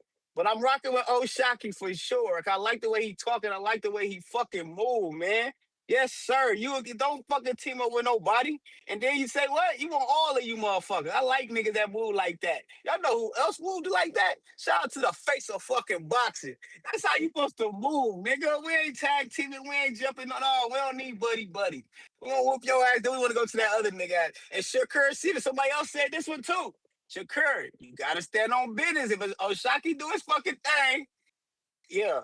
Don't be talking about you want to fight nobody else next. Say you want to fight fucking Oshaki next. You know what I'm talking about? Y'all can line that shit up for fucking August or September. You know what I'm saying? Make that fucking shit happen. You know, it could be on the undercard or fucking. Oh, I guess that's gonna be a Mexican versus the world, so it can't be on that. But make it around that time. We need that. You know what I'm saying? Shout out to the boxing boys though, man. Shout out to you, Nestor Gibbs. Round one. Keep doing your motherfucking thing. I know I had to come in this motherfucker one time, pop my shit. Hey, shout out to that boy T-Bug Crawford doing this fucking world tour. You know how we rocking. Make some boxing shit. Going back to the motherland.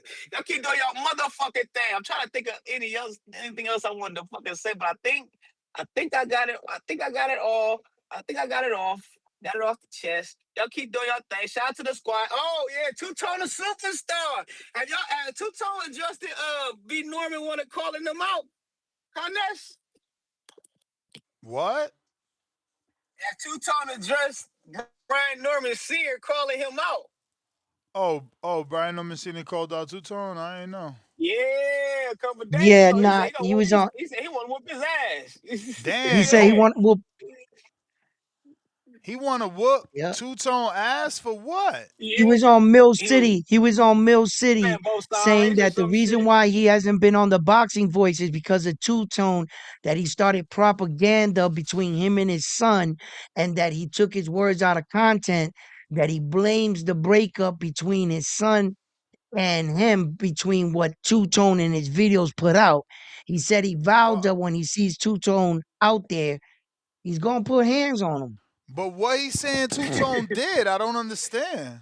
And that's what I'm Pretty much telling you. the He said first that shit. Two Tone made videos, that he made videos and that he clipped his words and that he made it sound like What is he it though? sold What his is it son, that what is it that he that sold his son out in the fight with Devin Haney, that he misled his son and he sold him out for like a bag or whatever, and that's caused tension between the son and the father, and that he said that he hasn't been on a Boxing Voice because of Two Tone, because he started this propaganda about him and his son, that it caused the ripple between him and his son, and that Two Tone's directly responsible for it. So when he damn. sees him, he's gonna put the Beast by Dre on him. He said that like that? He Go watch said the. pretty He much said it. like No, he I'm said he. using I don't think he choice would. He said words. he Damn, would. I'm bro. using I it don't think he said clean. he I'm, will. He said I'm he putting would. it clean. I'm making the PG version for you. He Mm-hmm. had other Mm-hmm. choice words. Mm. Yeah, he was Mm. heated. He was heated. Hey, but shout out to the boxing Yeah. voice, y'all, man. Raise your fucking hands and keep this fucking show going. That's the Gibbs on this motherfucker. Round one, keep doing your motherfucking thing. Hey, round one, that's the Salute. Gibbs. Hey, if you down and out, you think you might be in trouble. You down to your last. And you don't know what you're gonna do. Don't panic, round one. Don't panic, Nestor Gibbs. Just remember, help is on the way. Keep doing y'all fucking thing, squad. All right. All right, Salute. we got Chad in Canada. Shout out Trees Toledo.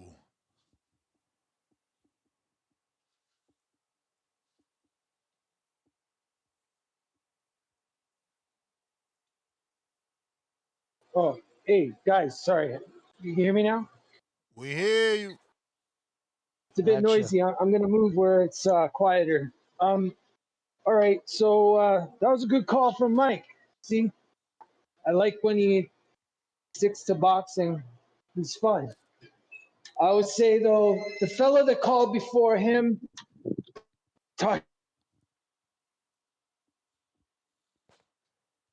Lost you, caller. bro. If you're Yeah. We hear you now. We hear you now. sorry guys, sorry. Is the Bluetooth? You hear me okay now? Yeah. Yes. All right. I'm saying if you checking for a fighter, especially one that's inactive, you're a fan. That's it. End of story. Word. Buddy's checking for Charlo. That makes you a fan. Like I barely sometimes I forget about the guys I like watching. They go inactive for a bit. There's no media. You just kind of forget, right? You gotta like actively check. Yeah, you're definitely a fan. Anyway, Tank and Schofield, as far as the topic goes, I don't think it's gonna happen, but I do like it for as far as Tank's been inactive for a return to boxing for him. I think it meets everything he would need. But I just don't think that after being out so long, that he's like the timing is he'll want it to be of his choice. I find it unlikely that he would accept this mandatory like this, but maybe he will. I don't think it's a bad fight at all. Of course, he's favored, but yes, I'm so glad you spoke up when you did. I was like going crazy because you were right. Like when you inserted the fact that we got to remember what happened in the Roach fight. And I would say to everyone, let's ask ourselves, what went wrong in that fight? Like what did Tank do wrong? Where were his weaknesses? What were his vulnerabilities really? And I would say overall, the biggest difference was he wasn't on the attack. Like he really allowed Roach to be comfortable, to set, and to at points really fight his fight. Um, I mean, I don't know what was going on that night. Obviously, he looked terrible. You could say that was probably I don't know. Is that the worst Tank's ever looked in a fight? Maybe. I can't. I'm trying to I think of mean, worse is a something. horrible word to use. He didn't look bad. It's just Roach looked good. It wasn't like Tank looked like fucking Keith Thurman in the Fundora fight. I think when you compare it to his other fights, that's how I'm trying to say it. Like compared to other fighters, no, you're right. It wasn't a terrible night, but I'm saying for his own standard, um, it looked off. So yeah, like that. I feel like who knows if he comes in to the ring like that, who knows what Schofield could put together. I feel like Tank's gonna have to, at the very least, keep pressure on these opponents. Like you can say whatever you want about Schofield, but he's knows what to do in there. If he's given opportunities and allowed to fight his own fight, I mean, you can't. You know what I mean? Like Tank's got to take him serious to an extent here. But again, I really don't know if that's going to happen. As far as Torres and Usyk and that whole Egypt weekend, I don't know. What do you guys think? Like, I'm not the biggest heavyweight um, person, but I feel like the story is Caballel. Like as far as what happened with Sanchez, make ages the Caballel fight makes it look better. And I feel like people wanting Rico to rematch, no way, no way. Like Usyk, this is as vulnerable as Usyk has looked in a while. Did he not take Rico serious? I don't know, man. He getting in the ring with a monster like that, I think you're gonna take him pretty serious. I I just don't think know. that Body Usyk, wise, I didn't think he took him serious based off the way he looked in the actual fight. You can tell he had to turn it up. yeah, I mean, and Usyk has always been great for coming on late. Great stamina. Um, I do think he was going to stop Rico in the 12th, but we can argue that all day and night. The point is Caballel deserves a shot. I think everything's pointing to Usyk Caballel. Rico had a shot. It didn't work out. That's the end of it. We shouldn't be giving him another shot at all those titles. It was fun. They did it, and that's it. Let one of these guys that's actually a boxer have their shot. Guys, I just want to say quick though, Ford and Shock. I know Ness, you're probably gonna have an official show, Of but you had course. that one. You had that one caller. He got me a bit hyped. I'm really excited for this one, and I think the bookies. I feel like the bookies do. Like I really can't decide, and I'll say the main reason is I'm giving the slight edge to Shock because he's been in the division longer. You know, he's fought bigger guys overall, but both of these guys have been on similar trajectories. Like both of them have had these great kind of comeback stories or comeback fights or like redemption kind of, and it's great. And but also both of them have a history of inconsistency, not looking so great. Um, so we just need to see it. We just and that's the best type of fight where you can't in your mind really establish who you think's going to win. Those are the best fights for me. So I couldn't be more excited about Shock and Foster. And I'm telling anyone that's listening, they will deliver. We were here telling everyone about Ford and Kolmatov. I know a lot of you guys missed it. You didn't watch it live. You poo-pooed the whole thing. I'm telling you, this one will be hot for sure. I think that the edge goes definitely to Shock, but who knows? Who knows? I'm excited. Other than that, guys, I don't have too much else to say. I had something I wanted to ask you guys for like your opinion, and now I just can't remember. But what do you guys think for Torres? Like, do you guys really think he could, make cruiserweight without, it being a detriment to his Hell career, no. like to his skill?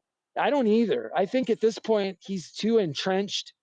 He's been keeping weight on for so long now. I'm not But sure that'll it's work not either. even about keeping weight on. I don't even know where you're getting that from. He's been a heavyweight all his life. He was knocked out in the Yeah. amateurs as a heavyweight versus Jalalov. He wasn't a fake heavyweight. He's always been a super heavyweight in the amateurs. Yeah, in the amateurs. Now he's a pro and he's a small heavyweight. Yeah, So but you a can't go fighter like that, backwards though. That's what I'm saying. Like, remember who's Earl going Earl backwards? What do you mean? how the fuck you gonna go from heavyweight to cruiserweight and not call it backwards? Earl started at 152 in the amateurs. He went to 47 because what's closer, you know? Well, not what's closer. It was a sacrifice. But people don't go backwards, bro. They especially not like again, Earl did it right out the amateurs. This kid's been a pro. There's no way he's gonna make cruiserweight. No way.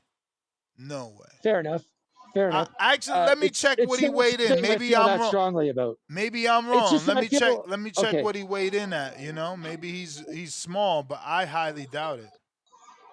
I doubt it too, Ness. That's the truth. But what I'm trying to say is, if you can't go back, then what's the future look like? Because I feel like Top Rank, a lot of the problem with the matchmaking is been his size, and Yeah, like everyone sees the problem. he's been 223, 229, 229, 236, 232, Okay, so that 223, 230, when That I sounds say, bigger than Mike 235. Tyson. Yeah, he's he's a bit never bigger been than small. Tyson, but Yes, he's bigger and than I think Tyson. well Tyson was what 215, 220, right? Wouldn't you say on average? Yeah, on average, and he was all of 5'10". Yeah. Well, look, yeah, that's the thing. Like, it's funny. Like in heavyweight terms, Torres is quote unquote small, but he's still like a big man, like compared to a lot of regular people. But I mean, we have to keep thinking about Usyk too, guys.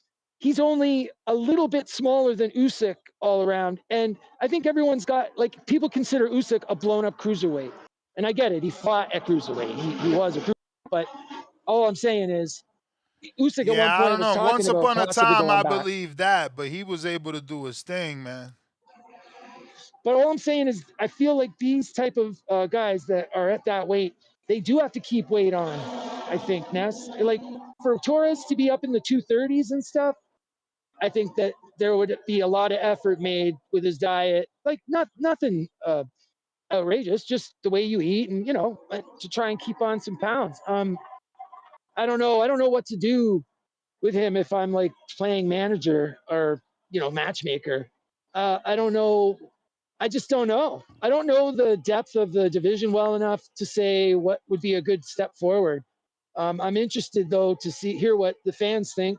Anyone listening right now, you heavyweight guys, chime in. I don't know, but I think Caballero definitely should have Usyk next. I think if they shut Caballero out, man, it's not a good look.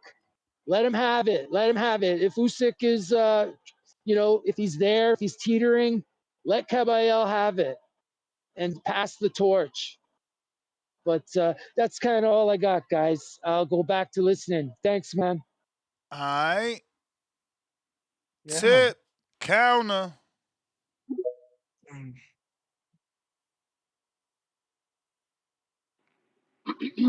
Yeah, man. Niggas over in Saudi gambling, man. They get it gambling over there round one. That shit crazy, man. Turkey nasty, bro. Y'all can hear me. Yep. Yeah, they nasty over there. Buddy, they doing Caballero dirty, man. They doing Caballero dirty.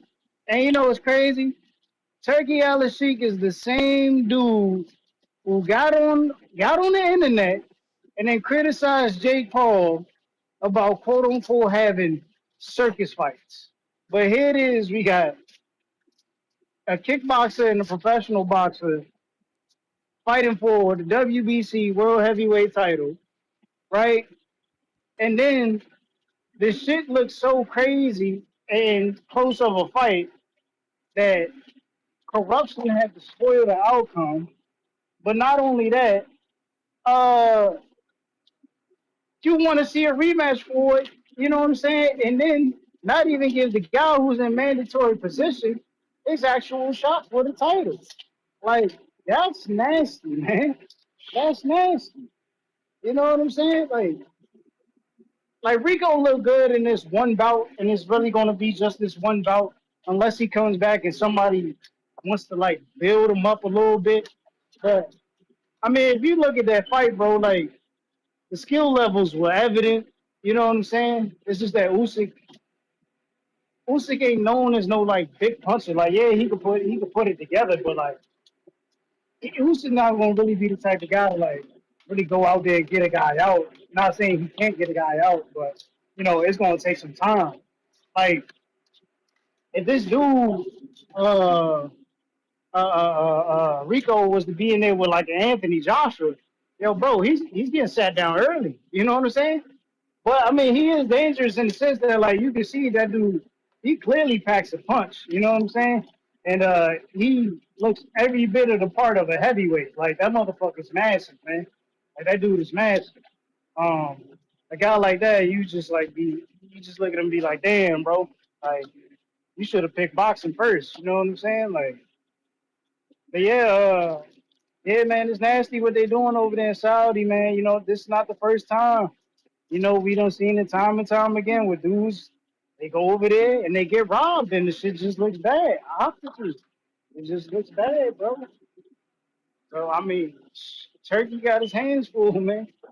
Buddy got his hands full. Shit looking crazy, Hey, looking Tip. crazy. Hey, Yo, yo, Tip. Haven't we seen this yo, movie before? When you talk about like the fighter like Rico, right? Where he did good against the heavyweight champion. Francis Ngannou did the same thing against Tyson Fury. What did they do to him the next yeah, fight? because they're the unknown. They're the unknown going into the ring. Right. Like there But is you no know there's no exactly footage on them what's outside of probably the gonna actual happen sport they're in in. his next fight. Turkey's gonna set him up. Oh no, no, no, oh Gonna no, get for him. sure, for sure, for sure. And that's why He's gonna Turkey get him wants the hit. rematch. That's why Turkey wants the And rematch. I mean, it's clear as day. look, It's clear Tyson as day. Fury Like couldn't the do it the writing is on first the time. wall. Turkey went and got AJ and starched him. And he got the misconception that the MMA boxer can mess with any of the boxers. AJ went out there and did the assignment. Rico did this against the heavyweight. I've seen this movie before. They're gonna put him in with a big puncher, a young puncher, probably Moses or Thomas. He's gonna come out there and That's knock what him I out. said, man. That's what I Watch, said. just But look, watch. I've seen this I, movie before. All right, after watching that fight with Usyk and what you call it, man. If Usyk gets past Caballero, man, you know what I'm saying. Y'all know the fight we need, man. Y'all know the fight we need. We need to bring American heavyweight boxing back. It's only right, man. You know what I'm saying? We got to get the Alabama Slammer, man. We got to get the Alabama Slammer back in the ring. You know what I'm saying? Against Alexander Usyk, and we got to make American boxing, American heavyweight boxing great again, man. You know what I'm saying? Like we need Deontay Wilder, man. We need Wilder. We still got hope, man. Niggas is out here looking vulnerable. We still got hope, man. We need Wilder back in the ring. ASAP. ASAP. We need Wilder back in the ring. You talk But about hope for Deontay Wilder, but you want to get him killed. Bro, how? why would you put him in the ring with that man? Come on, man. Stop it, With bro. who? With who? Come on, Oh, bro. Wilder and who? man. Rico? Usyk. Wilder, Rico? Usyk. Usyk. Nah, and Oh, Usyk. I Usyk. want You the. want to put him in with Oh no, Usyk. Wilder I and do want the Usyk. Rico fight though. I 100% want the Rico fight. Nah, he was So saying Oh wait a my Usyk. god. minute. Wait a minute. Got one. So Turkey Al-Sheikh, no different than Jake Paul. He likes circus fights. You come on here to say that, but now you want the Rico fight with Wilder. Hell So yeah. so who likes circus fights? Turkey or Tip? Oh no, Oh I'm oh oh 100% oh with it. oh. Hey, listen, I don't have a complaint. I don't have a complaint about circus fights. Turkey When is Sheik had a Wilder? complaint When about is circus fights. Wilder? Listen, man, I need Wilder to look like a killer again. I need Wilder to get that. I don't want to say false sense of confidence, but I need Wilder to get that confidence factor back. You know what I'm saying? And knocking out a big dude like Rico, like that's a big dude. Imagine what that'd do to Deontay Wilder's psyche. You know what I'm saying? Like that dude. How tall is Buddy? Buddy had to be at least like 6'5", looking like 280 in there. You know what I'm saying? The nigga look like something off a video game, man. Like, Yeah, he did. He looked like crazy. He that's looked crazy. Yeah, yeah. that's what I was saying the last 2 days. Like, we talk shit about Turkey, but his look at what Nagano did. He dropped Fury. Now this dude, he gave Usyk a good fight. Like we don't like his matchmaking, but when the shit play out, he on to something. He on to something. No, 100%, 100%. I just don't like that he made the circus narrative, and then you know what I'm saying, we got a circus Yeah, fight, I mean, you know and what it is. It's the I'm the big fish in town, so it's like what he doing is different from what I'm doing. yeah. But yeah, no, Wilder versus whatchamacallit, give me that, bro, give me that. That shit gonna do numbers. That shit gonna do Hilarious, numbers. Wilder just listen. hilarious. The only thing is Wow. right. Wilder just can't You want get to get hit. that man Wilder killed. can't get hit. Oh, he just can't get hit. He did. That's the only thing. Nah, Just don't get hit. man, right? Yo, Did but you He see did what but sounds he did was hitting Rico Usyk with? but did Rico even land something on the face? Come on, man. He was like a Oh, fucking bro, body puncher. he called Usyk with a couple nah. joints. I ain't gonna Nah, he lie, caught like, him flush on the chin a couple times. yeah, He snapped Usyk's head yeah, back like, wow. Pow. Yeah. yeah. Wilder can't get hit with that shit. Like, Shorty got a body like. outside of Wow. that, yeah, I think Wilder do his thing. He do his thing. And then damn, I was looking at something else, man. But yeah, man, that's sad news to Just hear that can't B get Norm hit. not coming back because of Tone, man. Tone gotta chill, bro. Tone gotta chill. We can't lose any more fighters or fathers on the show, man. You know what I'm saying? We done lost all the main people. You know, Hey we gotta man. chill out. Hopefully he come back, bro. Hopefully he come back. Doors always open, man. Yeah, Doors man, that's always crazy. open. Crazy news to hear. Bill done went MIA. You know what I'm saying? You know, we got the Thurman Wilder escapade going on. This shit crazy. We Word. don't know who to turn to. Shit. God damn. I mean, these Yeah, fighters man, just I'm gonna gotta let know y'all. we don't take it personal. It's never personal. It's just on to the Don't next take it situation for us. personal. You know, It's the Brian internet Norman trolling, Sr. man. is welcome here. He knows that. He knows that. You know, his gripe is just with Tone right now. You know what I'm saying? Tone on a roll, man. Tone on a roll. The most controversial figure, you know what I'm saying, in sports media, boxing sports media at this very moment, man. Like, Tone doing numbers. I can't lie. Tone do like it's this dude who be in this comment section, man. Like the nigga post the video on the Tone videos every time, just caping. caping and Buddy like one of the biggest simps ever. He talking about Tone the simp. Like the way this nigga be posting this content on the Tone shit.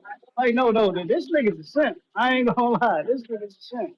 But hey man, it is what it is. To each his own. To each his own, man. To each his own.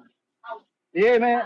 Before I go, man, shout out Brandon, man. I'm glad you we all know you really a Tank fan at heart, bro. You know what I'm saying? Calling in, talking about, But yeah, man, I'm glad Tank back. he always say that like in reference to what Tank brings to the table and what he does for the culture. Like he always said that. Yeah, because he know none of them other fighters he be advocating for do it. You know what I'm saying? Yeah, but the other fighters do what he want, which is actually fight. I mean, listen, if I'm not mistaken, Brandon is one of them guys who was advocating for Shakur Stevenson. And when the last time Shakur Stevenson fought? January, bro. Oh, this year? Was it this year? Yeah, this year. And we He should. only in the 5th month ending it. He about to be 4 months out the ring, 5 months maybe. And ain't got a date yet. And then when he probably Holy gets a date shit, announced, bro! He just got out the ring with a pound for pound fighter. bro. That's what we saying. He, No. That's what we be saying. See, he can appreciate Tank. You only know how to hate because he's appreciating Tank and what Tank brings to the table. You not appreciating that Tank has never fought a pound for pound fighter. That's what Shakur did. So when you fight someone on that level, you get more bruises. You need more time off. It's a harder fight than fighting prospects. He didn't get touched. Bro, he didn't get touched. Mentally, it could be harder. You fighting a higher level of competition. And you trained harder. Bro, that was the easiest fight of his career. Hey, let it I be. lie to you not. Let it be. Let it be. Okay, Tip, you know what you're not at least he recognizing, took Tip? it. At Hold least he up. took it. Yo, Tip. You know what you're not recognizing? The hard work of the fighter. You say that it was the easiest fight. I say that his entire career led him to that moment to perform like that. Visually, I it was the see easiest the fight of his career. value. I ain't seen And when he fought, no. He trained his whole life to look like that on that night. That's the difference. You're acting like this was a walk in the park. No, it took every bit of him being his greatest to make Teofimo Lopez look like that. And you're just taking it as being simple. Listen, I love T.O., man, but there was no resistance in that fight. Where was the resistance in that fight? It was for a reason. Why do you think Teofimo Lopez came off that back foot so much? Why did he end up in awkward positions? He baited him into that. He made himself look closer than what he was. He struck like a cobra. In and out. You're not recognizing the level of skills that it took to make Tio look that way. You're just saying it looked simple. It was the easiest fight. All that can be true, round one.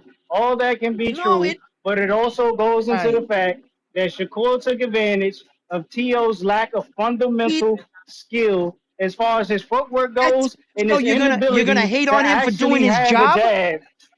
No, I'm not hating on him for doing his job. If you're pointing out something now, you know where your conversation would be great, Tip? If you pointed out the fact that Shakur Stevenson didn't pick up on those things and make him look bad and we're considering him among one of the best. The fact that he did exactly that speaks to his being the best and view as one of the top pound for pound fighters. You're not taking into the fact that he actually made Teofimo Lopez look like that. Round one. You're right. Everybody is not going to make Teofimo look like that because everybody doesn't possess a good jab.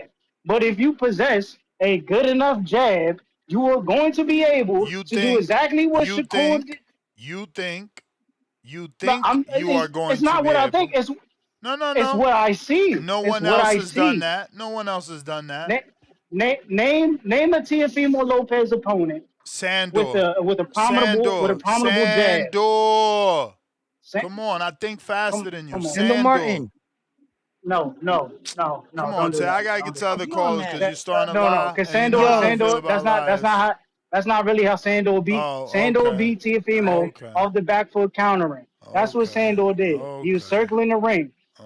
He was circling the ring. Shakur was right Okay. there, standing in front of Tiafimo, just jabbing his ass until oblivion, bro.